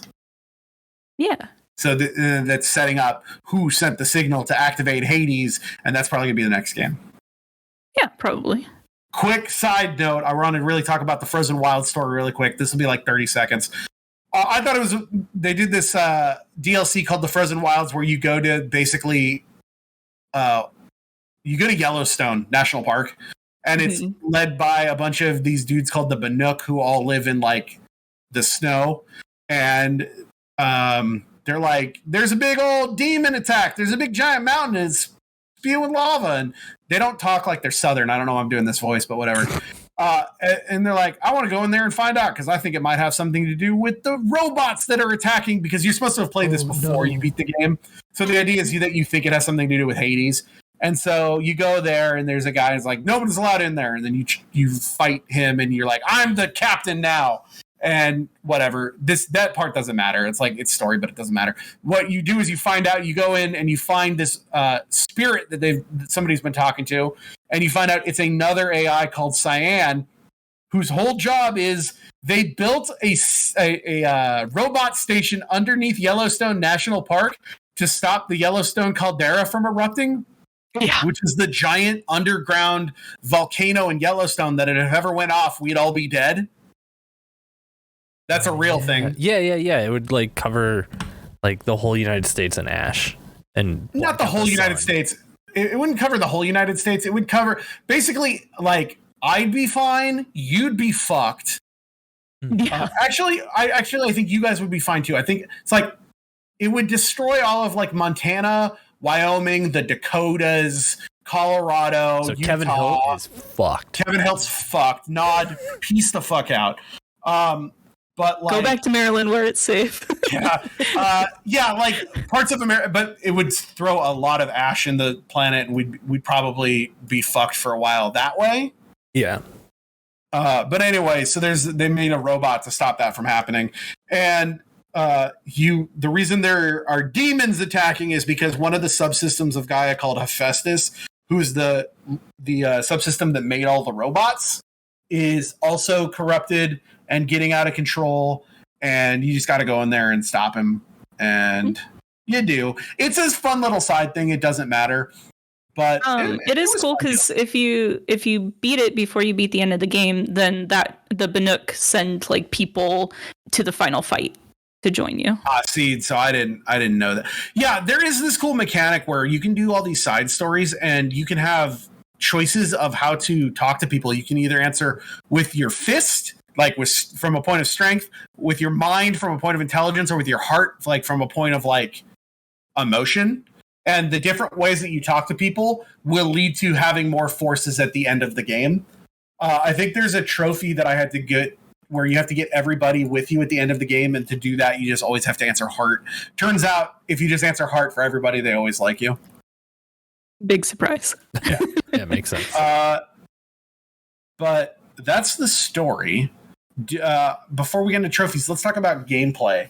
What did you think of the best way that I can describe this game is that it is a third-person shooter, not cover, but it's an archery-based shooter where the whole idea is that every robot is destructible, is made up of destructible pieces. Yes, which you can see with your focus. Yeah, and it's weak point based. So it's just like every type of robot has different types of weak points, which are hurt by different types of damage. There's basically like 6 types of damage. There's just blunt force trauma or arrow damage. There's what's called tear, which is the ability to tear things off. And then there's some elements. There's like fire, cold, there's electricity, and then there's corruption, which is if you do corruption on like enough corruption damage on a robot, it'll rage out and just start attacking everything. And so you have different types of bows, or you can get like this thing that launches ropes to tie a thing down so it's gets pulled off its feet so you can beat the fuck out of it. You've also got a spear for some damage, but I think the biggest thing about this game is that except on ultra hard difficulty where they take this out, this game's like biggest way to win, but also kind of a downside because it's too easy to use it, is reliance on stealth mechanics. Yes. The enemies in this game are fucking just so fucking stupid. So that's actually one of the things that I really, really love about this game. What? Is that the the world is the like combat and everything is so like challenging and difficult that it lends itself to the world building of the game. Because the world actually feels dangerous. You feel this need to go and sneak around, which like conveniently all the grass that you sneak around in just happens to have like, you would think, oh, she's like this redhead, so she's gonna stick out even in tall grass. Well, guess what? The grass has red wheat tops on it, so you're good. But that was fine. What I thought was stupid was you have a whistle where it's like if you whistle at a guy or a robot, it'll come over, and then you have a insta kill stealth. Like you hit R1 when they're close, and you'll just insta kill. The thing is that on the hardest difficulty, ultra, like the hard and the ultra hard, if you do that in front of someone, they'll see it. But if not, you can stealth kill somebody and everyone will just be around like, what's going on, guys? And then you'll just have a pile of bodies in front of this fucking bush, and somebody will walk over and just be like, pile of bodies, that's weird. And then you'll whistle and be like, oh, what's that? And you'll just fucking stab them. Like, so it's like you can get through a lot of the smaller mechanics against. There's a most of the enemies are human-sized or smaller. Then you've got your medium-sized like lion or big cat, and then you've got your giant dudes like ones that look like, dinosaurs or giant elephants or a big giant fucking eagle that's the size of like, Montana. Montana. Like, those are like the big like boss fights. You don't really see those out in the open world, but for the most part, you're fighting things that are medium-sized people. And so it's either a mechanic where it's like, I'm going to go fight a bunch of dudes, or I'm going to go fight a bunch of corrupted robots. And for the most part, you can just sit in a bush, call them over, stab, call them over, stab. And so it's like, after a while, I actively wasn't doing that because it was just like, this is not that fun. There are some missions where you have to do it, where it's like, this is a sneaking mission, you have to do this, that's fine. But for the most part, I would go loud almost immediately if I could against like robots. Against people, it's just shoot them in the head. And what's really cool is that with any bow, you can load up extra arrows. When you hold L2 to aim, you can press R1 to put up to 3 arrows. So it's like, okay, I'm fighting this dude that's got like body armor and like he's got a robot carcass on him. It's like, I'll load up 3 of my, precision arrows in my what's basically sniper bow, aim at his head. It's like, oh, it gets through his armor and he's fucking dead. Yeah. And that was cool. I will say that, like, definitely with like the bandit camps and the cultist camps and basically any of your human-based camps, enemies. That I did start off with a lot of them stealthing at first, because there's a lot of dudes in the area, so you're scared of triggering them all at once. But then, by like the time that you get to the Karja lands, I just started running into those camps and just lighten them up with arrows. Once you get the, I forget what the exact item is called, but it's basically a slingshot that throws bombs. It's just, oh, look, they're all standing by barrels. Slingshot, and just kill everyone in big, giant fucking explosions. What's also cool in some of the fights is that some of the big, giant animals have, like, rocket launchers or, big, giant guns on their back. And if you tear those off, you can pick them up and just start laying into dudes. And so it's very fun. The Thunderjaws, you pretty much like have to do that because they've just got so much HP. They're the big like T-Rex looking machines. They have these disc launchers on their back that throw like Tron discs, and so you basically hit it with your tear arrows. They're type of arrows that all their job is to do is to pull shit off of enemies, which also does damage because as you're tearing off their armor, they're taking hits. And then you just kill him with his own gun that was on his shoulder, and it's very satisfying. Yeah. You also do get the ability, we talked about it earlier, but you get the ability to override machines, and these machines are classed into like classes of, this is our Phi robots, and these are Kappa robots, and these are whatever robots. And so you get the ability, if you sneak up on robots, instead of killing them in one shot, you can overtake them and they become your allies. And so what you can do is you can sneak in as like, oh, they got a fucking whatever scavenger robot. I'm going to take it over, send him in to start people aren't paying attention and they're all attacking him, then go around and just start shooting people in the head from the back. And it's like, no part of this isn't fun. Yeah, I love it. The gameplay is just like, I think throughout the entire game, that's probably what Blaze heard me say the most is like, this game is just so much fun. Right. Like, it's just a joy to play. And that's why I was pushing so hard I was like, all this last week, I was like, Blaze, just load into my save file. That is at the end of the game. I've literally like collected like everything that you can. You're going to be like such a powerful being. Just go and like do some combat or something, like just like roam around in the world for a little bit, because it's just such a like joy. It's just so much fun to do. Like it, like as challenging as like a lot of the robots can be, and like as much as I died in this game, I never felt like frustrated to the point of like, I just can't like play this game anymore. It was like, it was always like the challenge was just out of reach for me. What difficulty did you play on? I think I just played it on normal. Okay, yeah, me too.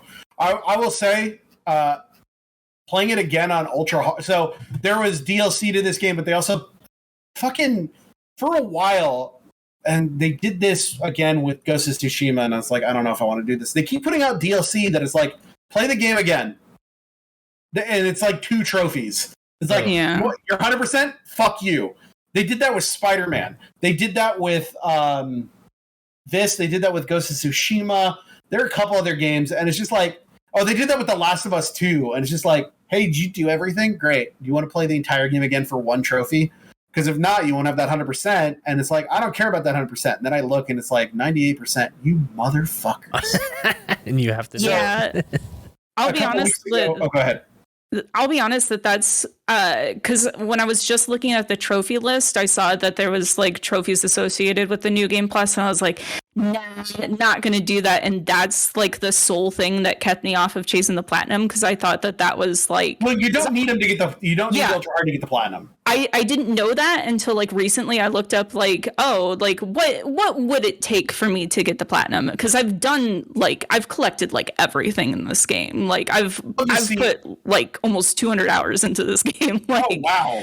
Like I've put a lot of time into this game. Crazy. Cecily's a very thorough game player whenever she goes through something. Like there are a lot of games, but like the ones that she will jump into, it's gonna get done. It's crazy that you say you did 200 hours and you didn't even get the platinum, where I have all of the trophies. I've played the game twice and the DLC, and I only have 70 hours in the game. Well, like I think that a lot of the trophies that I do have left to get the platinum are just the ones where it's like you have to kill X number of these guys or whatever. I see why people listen to our show, because I'm having fun just listening to you guys talk. Yeah. It's so hard when you sit here and edit for fucking 100 hours and you're just like, man, I hate the sound of my voice. Okay, you have 70 out of 79 trophies. Yours actually really fucking close. Yeah, like I said, I think the only ones that I have left are like literally like I have to kill like 10 more of a guy. You only have, okay, so wait, are we back in? Yeah. You have 52 out of 56 base game trophies. So the 56th one would be the platinum. So you're only missing 3 trophies. Here are the 3 trophies you're missing. Mm-hmm. You didn't clear all the corrupted zones. Yeah, I'm missing one of those. You have not killed. So there's one for like I said, all of the robots fall into like 4 classifications: combat, transport, recon, and acquisition. You're missing something from the acquisition.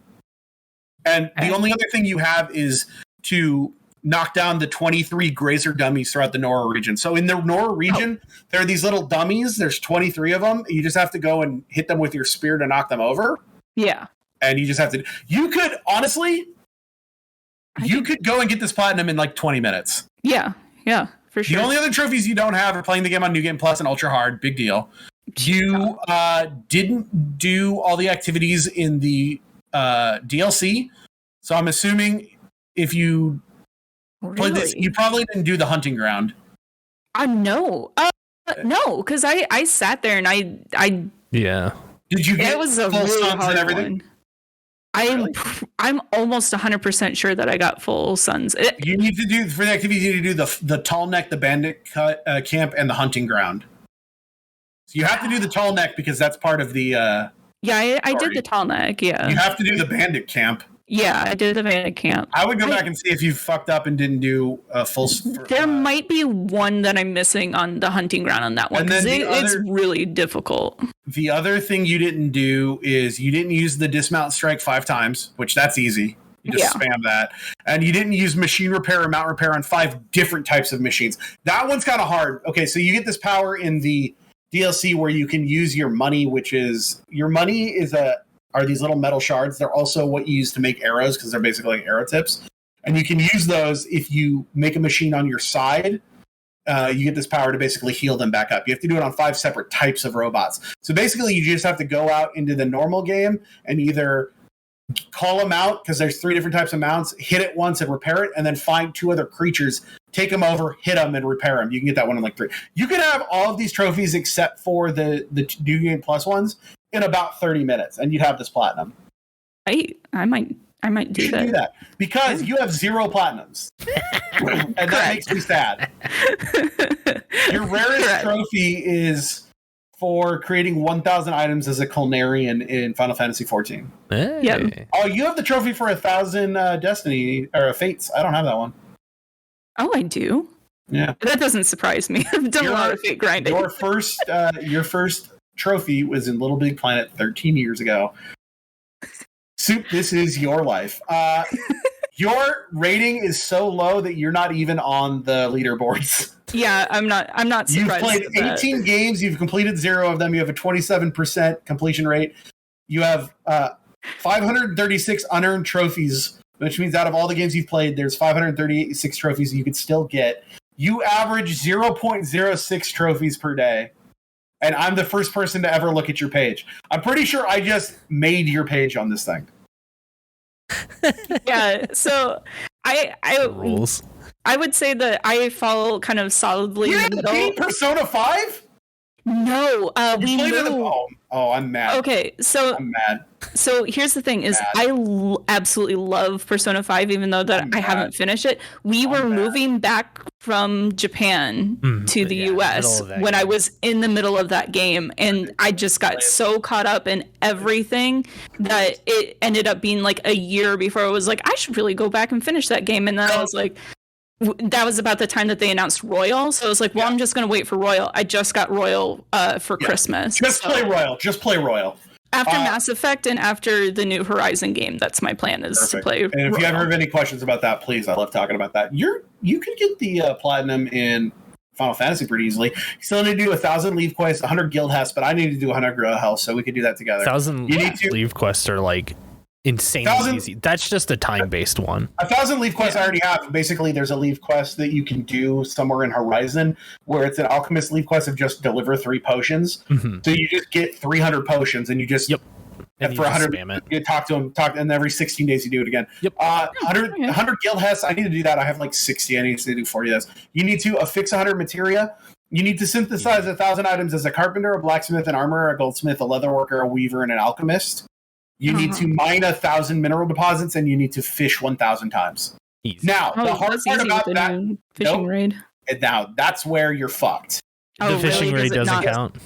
It only counts fish caught in original A Realm Reborn regions. So, much like me, you have to sit in Limsa Lamimsa and just fish 1,000 times. We should just get like a group of people together to just sit there and like all fish together and like watch a movie or something. Yep, and that's the same with doing these fucking fates. But we'll talk about that a different time.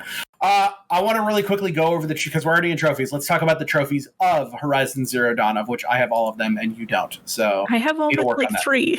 Well, you're missing 9 total. So I said 70. Okay. Because you still have to beat the game on. Okay. So base game. Let's talk about the trophies.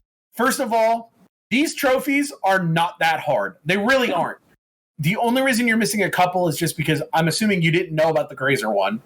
And the Corrupted Zone one, I'm surprised you just didn't complete all the Corrupted Zones. It's because there's the one with the 2 like drill boys, and it's just such a pain in the ass that I was honestly, at this point, just put it on easy and do it.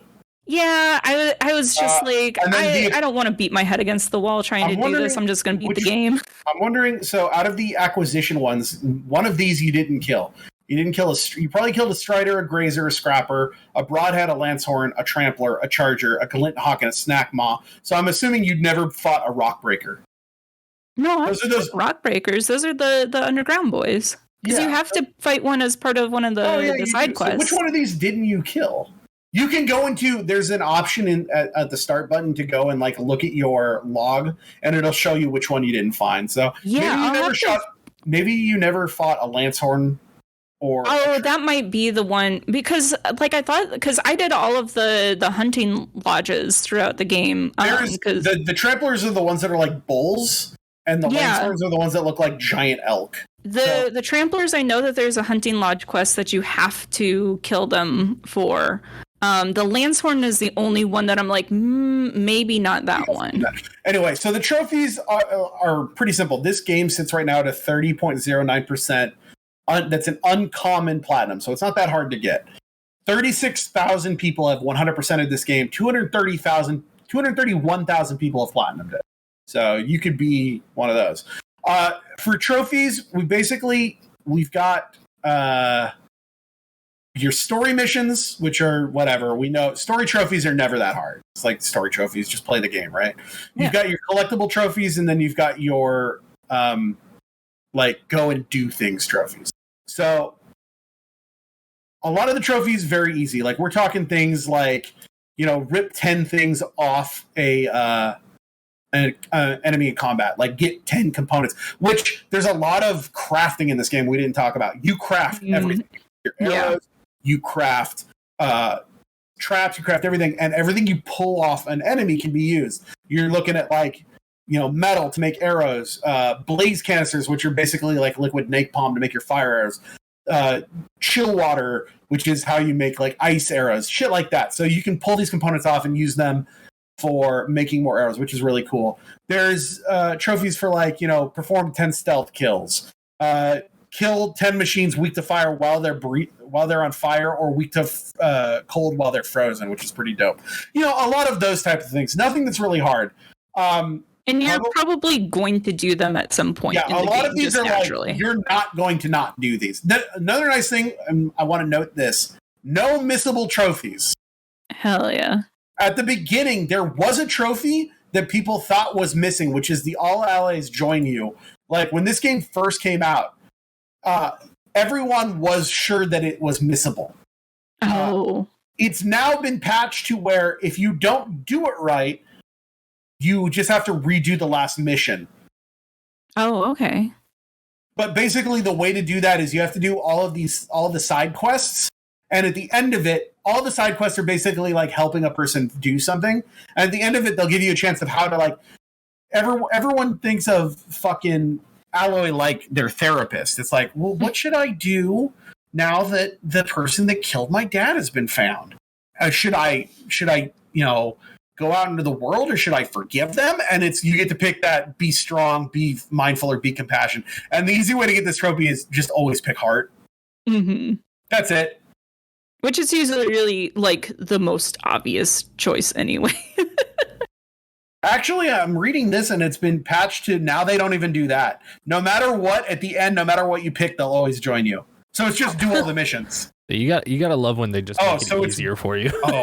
I remember, because when that first game came out, there was a whole thing, there was a thread on this side of like, how the fuck do you get this one person? And people were trying to find it, and it was literally like, you got to pick this. And so it just became always pick compassion. Just be compassionate. We don't know what it is. And so apparently they patched it to now it's like, it doesn't matter what you pick. These don't matter anymore. It's just flavor.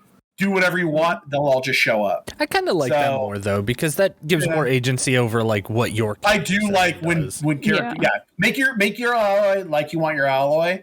And then you don't have to worry about doing something just because it's for a trophy. Right. Yeah. Probably the hardest of the like combat ones is just to get 30 headshots on people, because actually I take it back. The hardest one is you unlocking using the overrides for 7 different types of machines, just because it's not hard, but it's like it's another collectible thing of getting all the overrides so that you can, and then finding. Some of those guys will spot you coming from a mile of fucking way. And so it's like, sometimes it's just like, oh, I'm not gonna be able to get this guy. So yeah, because another thing that we didn't really go into, because it's not like essential to the story, is to be able to get so you can kind of, at the beginning of the game, you can override your like basic machines, like the Striders, which are like the horses, and the little raptor guys and everything like that. But then as you go on, it's kind of like, oh, you can't get these like bigger machines to fight on your side. You can't get the giant crocodile to be on your side. Yeah, so you go into these areas called, I think they're called cradles. Is that what they're called? Yeah. Cauldrons. I knew it started with like a C. So you go into these areas called cauldrons, which are like these hyper mechanical areas where they're making more of the machines. And if you make your way through them and defeat like the end boss or whatever, they're another like little dungeon that you can do. You get overrides for different types of machines.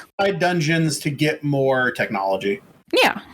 So then your next type of trophies you get are all about either collectibles. So that's like finding those grazer dummies, or all the collectibles in this game are like finding these ancient vessels, which this trader wants is like, oh, these are remnants of the old world. They were these vessels that they drank their ambrosia out of. It's fucking coffee cups. Yeah. You're just finding chipped coffee cups from like tech companies.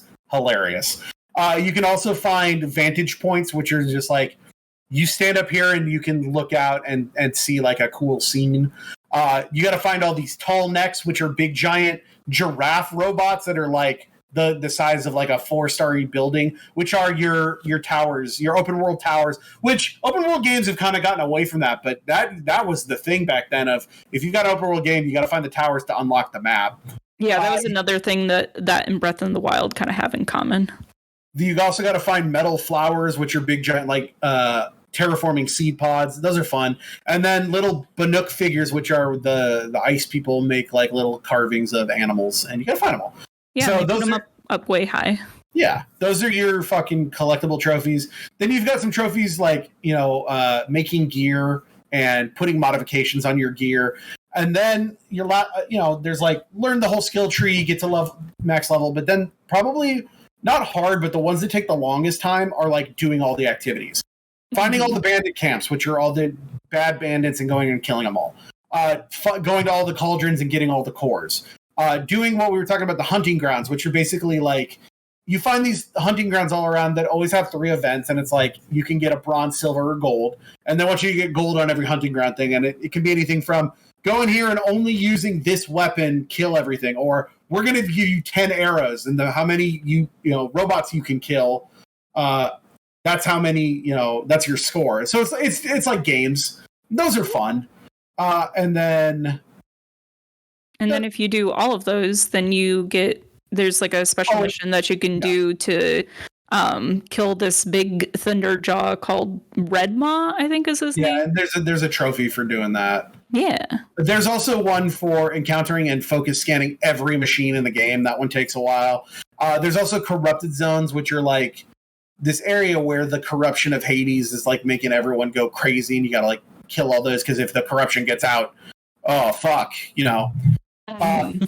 Did you Red Maws, absolutely. Yeah, there's also ones for like doing some side shit of like there's like 4 main like side stories of dealing with like Aaron and Essa and dealing with the Nora war chief and like finding out what's going on with like the Shadow Karja.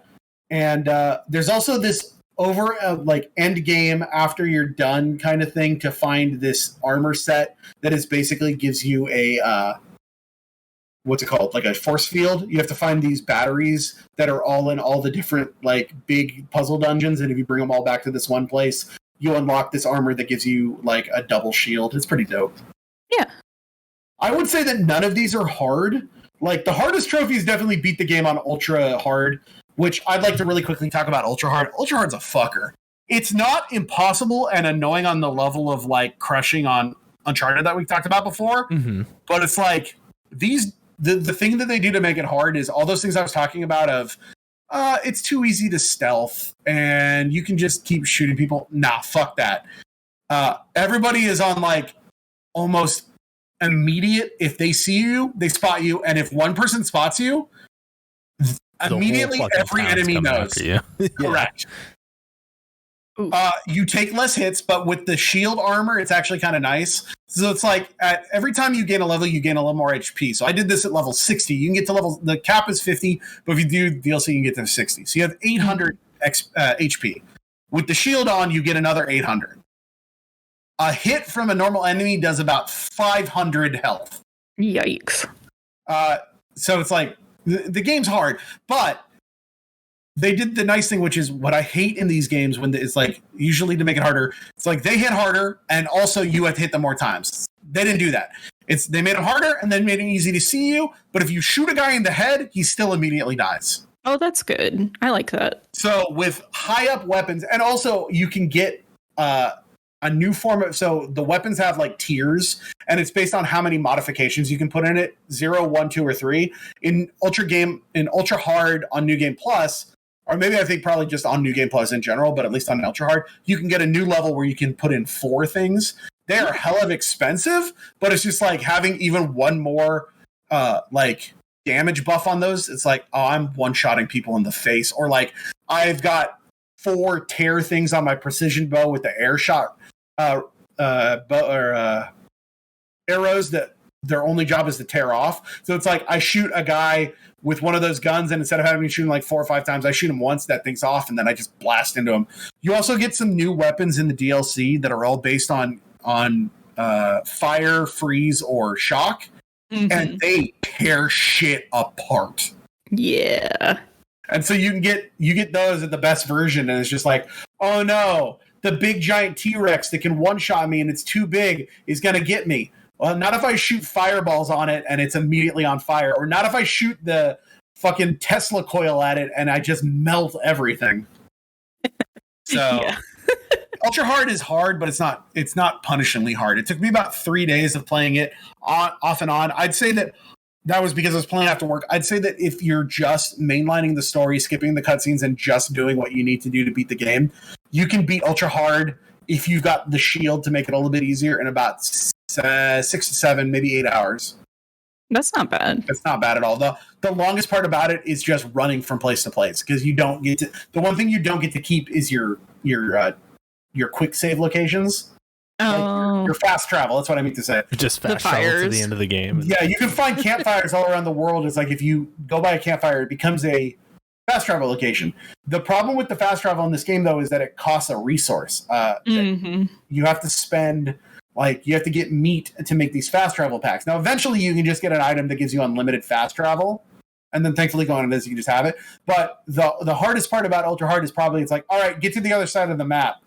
And they want you to run through all of these. And it's like, you could stop. Like in the normal game, it's like, they tell you, stop, fight, gain some things off these people. But it's like, I already have 1,000 of every resource. And I don't need anything else. So it's me just running across the map while I'm trailing like 8 bad guys behind me that are actively trying to murder me at every step. Because if a robot sees you, every robot within 100 miles knows where you are. Yeah. So get a strider and pray, basically. Yeah, just run on the path, and if you see robots, just run through them and hope you make it. Oh no. Overall, you know what? I'm gonna let you go first. How would you? So we rate this game. Are we still liking the whole platinum gold? Yeah, I like it. I gotta tell you, I love it. I think as a listener, I really like it. I think that it's kind of like a unique rating system that fits perfectly here. As the person who played this for fun, but will eventually get a platinum, what would you rate this for fun? I'd give it a platinum. This was instantly in like my top 5 games, and I just cannot sing the praises of it enough. I'm going to agree. I love everything about the story because it hits all my favorite things. It hits post-apocalyptic. I love the idea of not really a time loop, but of like a restart loop. I love the ultra technology shit, and I really love sharpshooting bow stuff too. And I love the idea of breaking pieces off. Like, enemies aren't enemies. Enemies are puzzles. It's, no, it's a giant robot the size of the Empire State Building. What do I need to do? Oh, if I tear this off and this off, that'll weaken it. Then I can tear this off. I'll get access to this, and then it'll open up, and I can shoot him in the heart. Like, I give this game a platinum for fun. And for trophies, like I said, everything is pretty simple. Nothing is too complicated, with the exception of the DLC trophy of playing it on Ultra Hard, which you don't need to do for the platinum. I would also give this, once again, a platinum. This is a 1,000,000% recommend from everybody here. Now, Chris, you didn't play this game. No, I didn't. But I did have a lot of fun, like, watching my wife play it. Because, again, like, I'm sorry. My wife. I love watching my wife play. Because there are a lot of games that, like this game, hearing you guys talk about it it gives me that little bit of a kick in the ass where I'm like, maybe I'll get to it eventually. Maybe that'll be a game, like, when the PS5 comes out, I can play it with, like, the PS5 and shit. But I played this. So when I played it again to do the DLC and the Ultra Hard, I played it on my PS5 instead of my PS4. This thing loads so fucking fast, right? Like, you're right in. Everything is great. It looks better. It runs smoother. Man, if you're not playing this on a PS5, you must be so fucking dumb. Like, who would play this on a PS4? I think that's going to be the thing that pushes us to get PS5. I really think that Forbidden West is the thing. I've actually already asked for a PS5 controller for my birthday. We already have a PS5 one.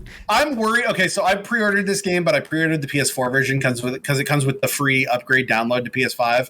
But I know what I'm going to do, and it's a sickness. And I know this game will play better on the PS5 version, but I know what I'm going to do. I'm going to play the game on the PS4 version because I bet, because it'll be a way to upload your save and then auto pop, and I'll get 2 platinums for 1. And I won't play the better version, but fuck.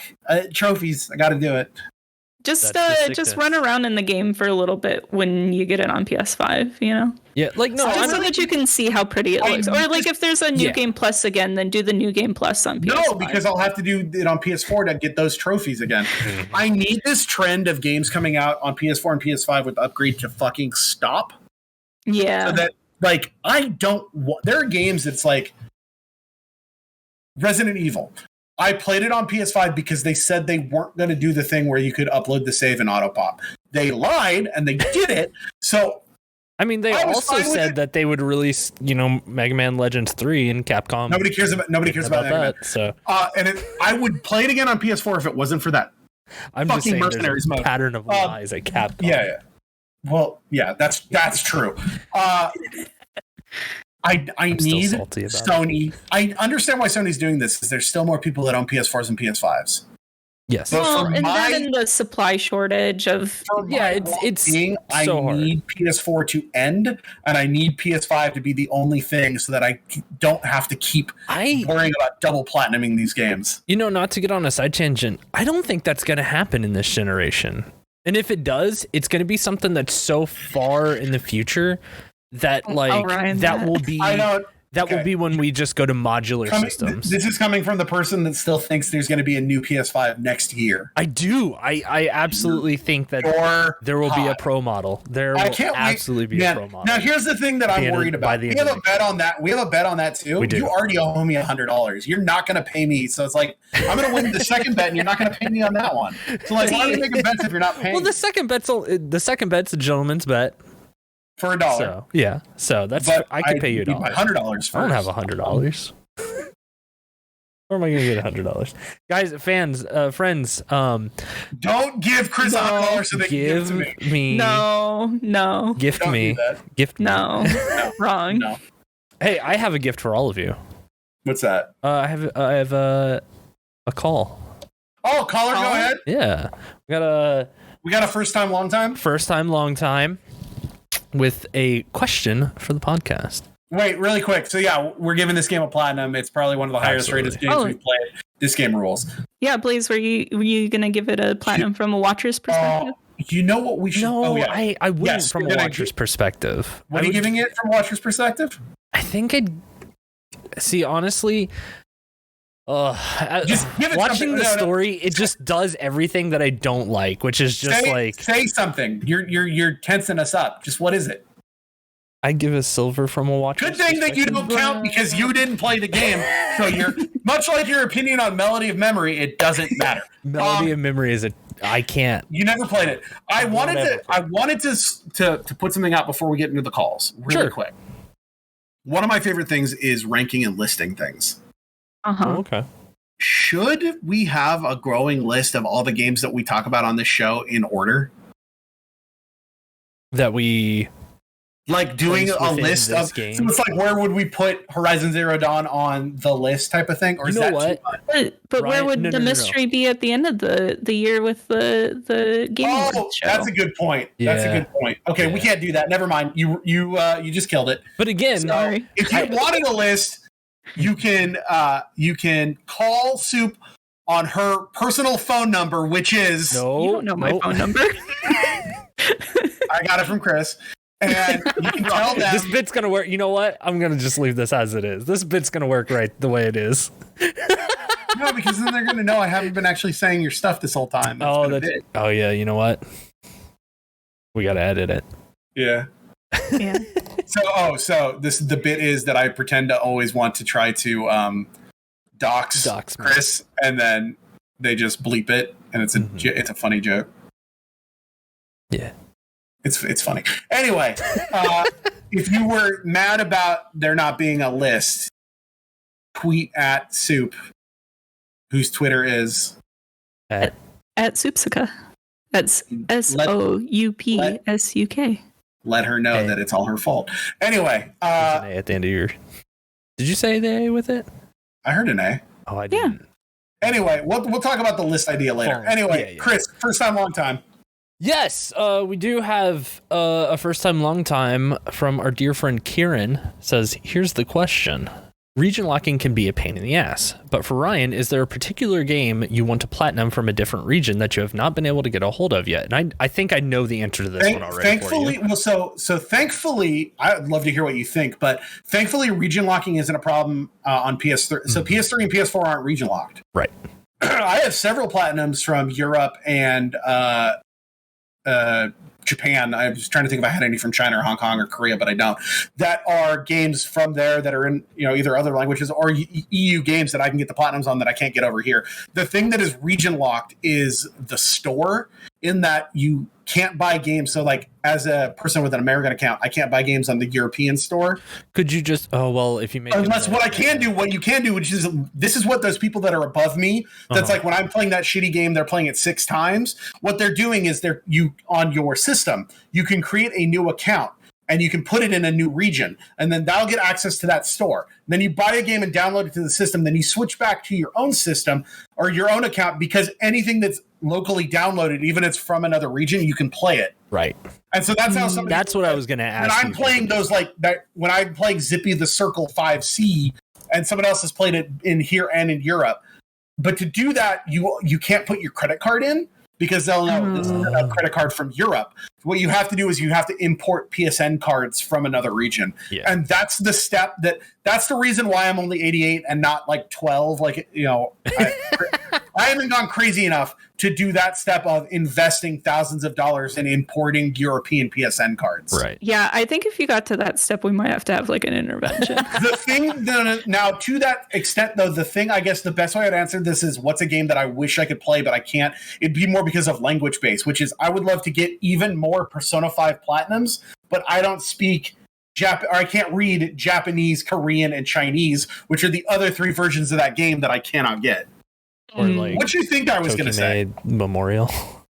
Oh, Tokimeki Memorial? Yeah. That game is something I recently found out about that I would love to play, but once again, I don't speak Japanese.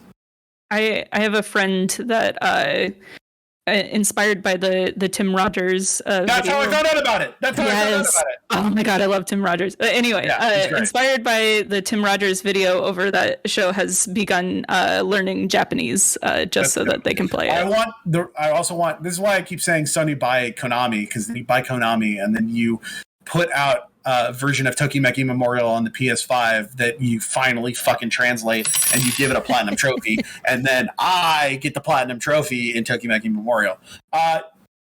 Does that question really, do you guys have an answer to that? Or I guess, what's a game that you wish from another region that you wish you could play? Because like I said, that's not really a problem. I have 5 platinums in Control, and 4 of them are 3 of them are from 2 of them are from Japan and 1 is from Europe, because they play in my system, but they're all in English. Like, I have the platinum in Kick-Ass 2, which is a game that was only made on the PS3 physically in France, and I have a copy of that. What a weird. I have a couple games that were from Japan that were visual novels that I found a site that was like, pick this one. And it's like, yeah, I know you don't read Japanese. Just when you get to this, look at these symbols. Do they match up? Pick the 3rd one. And so, like, I've done that before. So that's not a problem. Yeah. I have a couple, like, I bought a copy of Final Fantasy VIII because they only sell that digitally here, but they made a physical copy in the UK. And so I imported that just to have it. So now I have a physical copy of Final Fantasy VIII remastered for PS4. Nice. There's Japan did a Final Fantasy IX remaster physical copy. Yeah. Need to get it just so that, it's my favorite game of all time. I got to have all the they made a Final Fantasy IX physical version for Switch in English. Did they? Yeah. For Switch, for America, yeah. What the fuck? Almost entirely sure. Was it available like in store? Because I've never seen it in a store, and I know that if I did see it, I'd instantly grab it. But granted, I mean, I guess it's you can get it on Amazon right now for $50. Well, fuck. I know, somebody's birthday present then. Maybe. Forget this before your birthday. Yeah. Hold on. Here it is. Here's a link. No, send me the link. Yeah. I sent you the link. $52.90. My apologies, not $50. I would say like for me with they also have the 7 and 8 remastered twin pack for Twitch or for Switch, not Twitch. Twitch. Anyway, yeah, what are you gonna answer? Yeah, to answer the question you posed me, like if there's a game that in a different region I wish I could play, is that I've never really had a problem with that because I just love importing new consoles. So if like, I mean, it's mostly Japanese games, the GameCube is one of my favorite consoles of all time. So when I was in Japan, I just bought a Japanese GameCube, and then I just bought a bunch of Japanese games, obviously. So no, I usually if there's a game I want to play, I go out and get it. Like I will find a way to make sure that happens. Granted, this question does have like a second part to it, which is just, and for Blaze, is there a game you played but never bought in Japan and wish you would have and brought it back with you? And then says, hugs and disgusting wet kisses, Kieran. Which is to go with that answer, it's I kind of just answered it right before too. What's the question? Is there a game that like I would have played in Japan but maybe not have brought it back to the States with me? You're like, you would have lived there at the time. Were there like Blockbusters? Could you rent games? Totally. Yeah.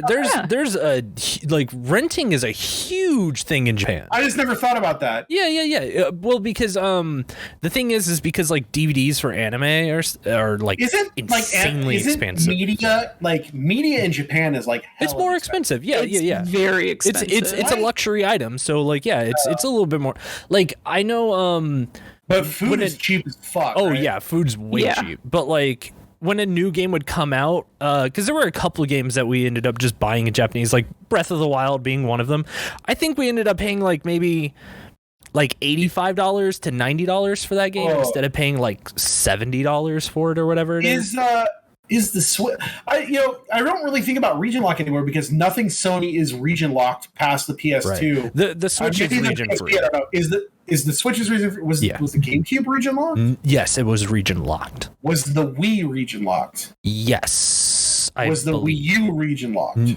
I believe so. I think the Switch is the first one. Switch is the first one. I believe. It's nice that region locking is not a thing anymore. Yeah, I mean, we're kind of to that point where like globalization is more of a thing. Yeah, and like. As funny as this statement is, it's easier to get around the world now and travel and do all that stuff as a world. Here's what I need next. Any game, regardless of what region it's in, should have language options. So it's like, yes, the Japanese copy of Persona 5 is played in Japanese, and the American copy is played in English. But at any time, you can switch the languages to anything and do this on a system level, like the game. I guess you can't do it on a system level. The game has to be translated by somebody. But, like, just translate every game everywhere so that anyone can play Japanese games, and I can come over here, and because I don't speak Japanese doesn't mean I can't platinum Persona 5 like 6 more times. Let me play that game 6 more. I'll play fucking... I'm a fucking crack addict over here. I'll play Persona Royal 3 more times than normal, and I'll fucking I've never dated. There's some girls in there I've never dated, and so I can play that whole game again, and it's technically different because what would be cool if maybe this time I dated the fortune teller girl or the one that Hifumi who plays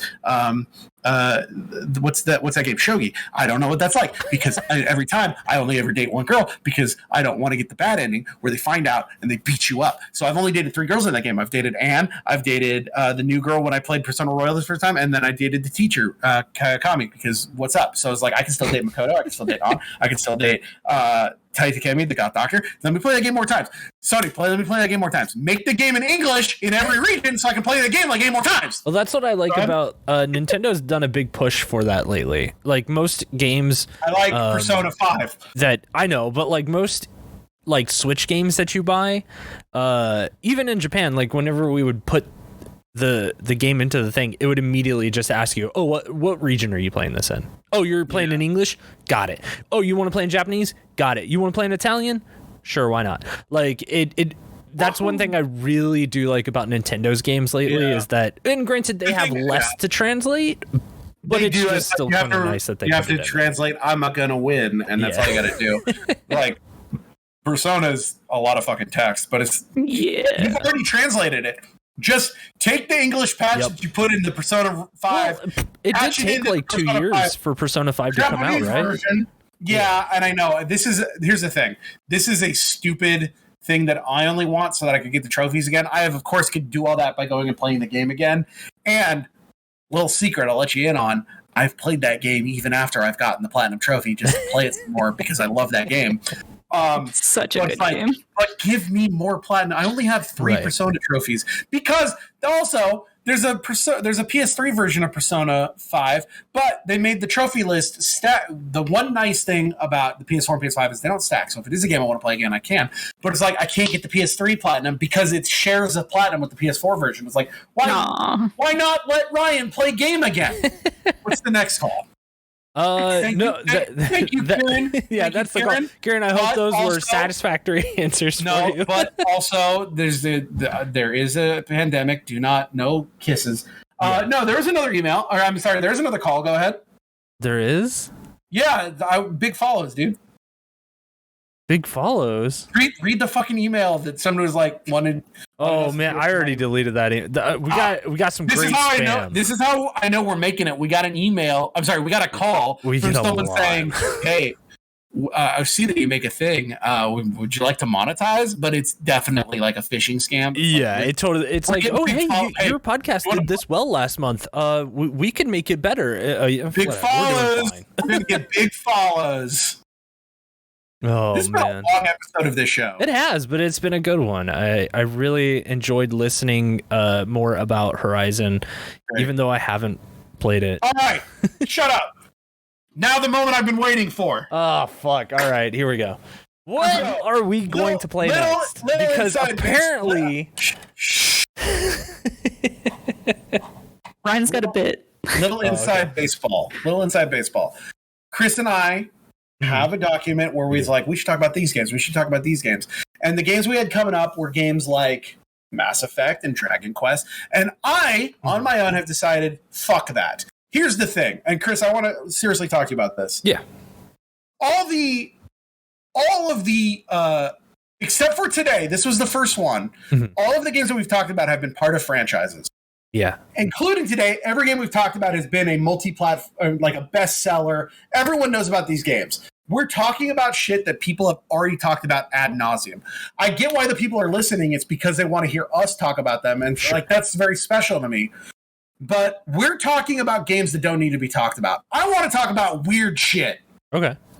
I want to talk about games that, why is anyone bringing this up in 2022? And so my goal for the next few episodes that I get to pick is to go off the fucking rails. I'm picking things that no one would want to talk about because they're either like terrible or who the fuck remembers this or what the fuck is the point of this. So I've picked up a game. I've started playing it, sort of, because I picked up a PS3 game, which is a sequel to a game from the year 2000. Don't. Oh, okay. What? That's scary because hold your thoughts. Okay. Hold your thoughts. I want to hear them afterwards. I picked a game that is a sequel that comes with its original game as DLC downloadable content. I've wanted to play this game for a while for a couple of reasons. Number one, it is based on a different IP that is something that I generally like. Mm-hmm.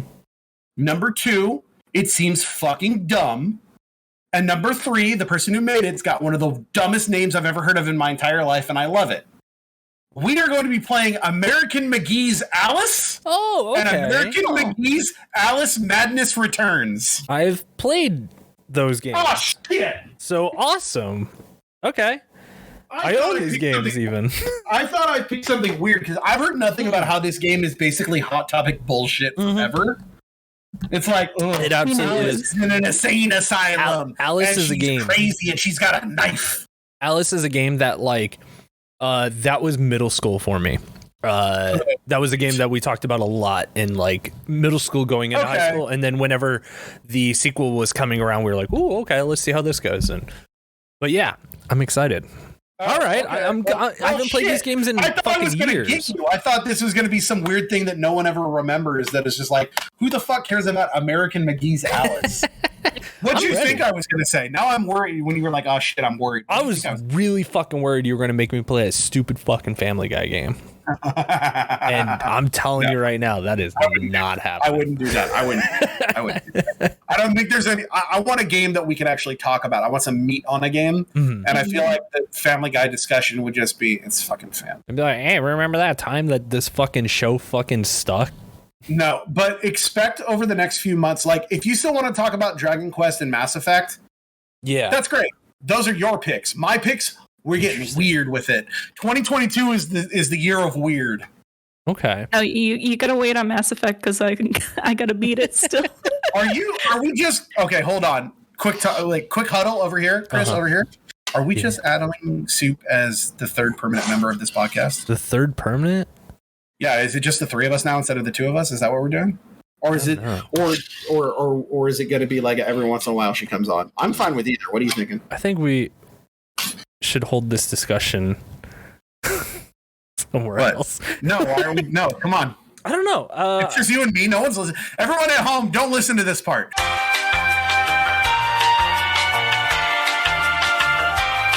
Soup, did you like doing this? Yeah, I actually enjoyed my time. Do you want to do it more often? Yeah, sure. Okay, maybe we make Soup a permanent member of this podcast. We'll talk about that later. Yeah, we'll talk about it. That's the call of the week. Call in, and with it, just type Soup or no Soup. Ooh, yeah, we'll leave it in everyone else's hands. You get to decide the joke. Hey, if you like Soup, bring it on. Say yes, Soup for you, or no Soup for you. I'm right with you, Ryan. I could go either way. Just email.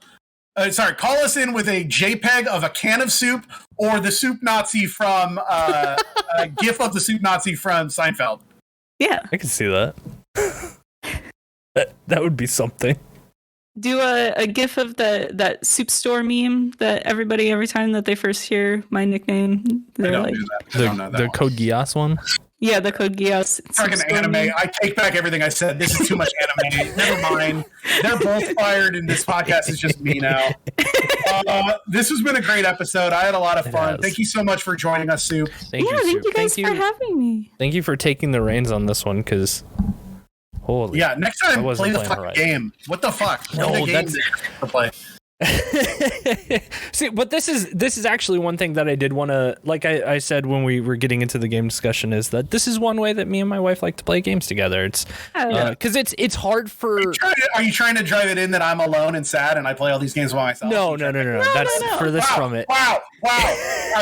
First, we had this whole sad boy, rad boy, and it's like, well, I'm gonna make Ryan a sad boy because so I know what it is now. You're trying to make me sad, but it won't work. You know why? Because I have something that will always make me happy. Oh, yeah. And it's my PlayStation trophies, because I have so many, because I have more trophies than you. Here we go.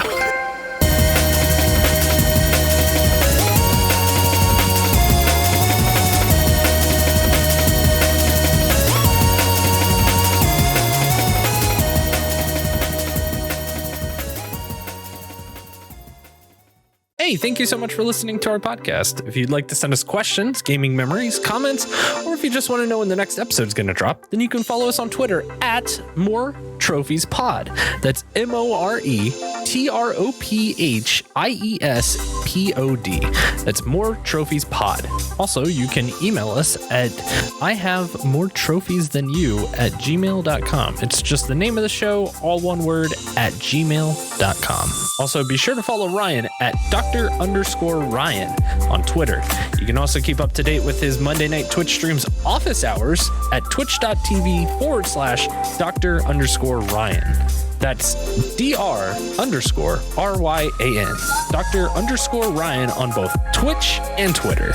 And follow Chris on Twitter at Burezu in Japan. Now, I know what you're thinking. Don't worry, I'm going to spell it out for you right now. That's BUREZUINJAPAN. It's all one word, Burezu in Japan on Twitter.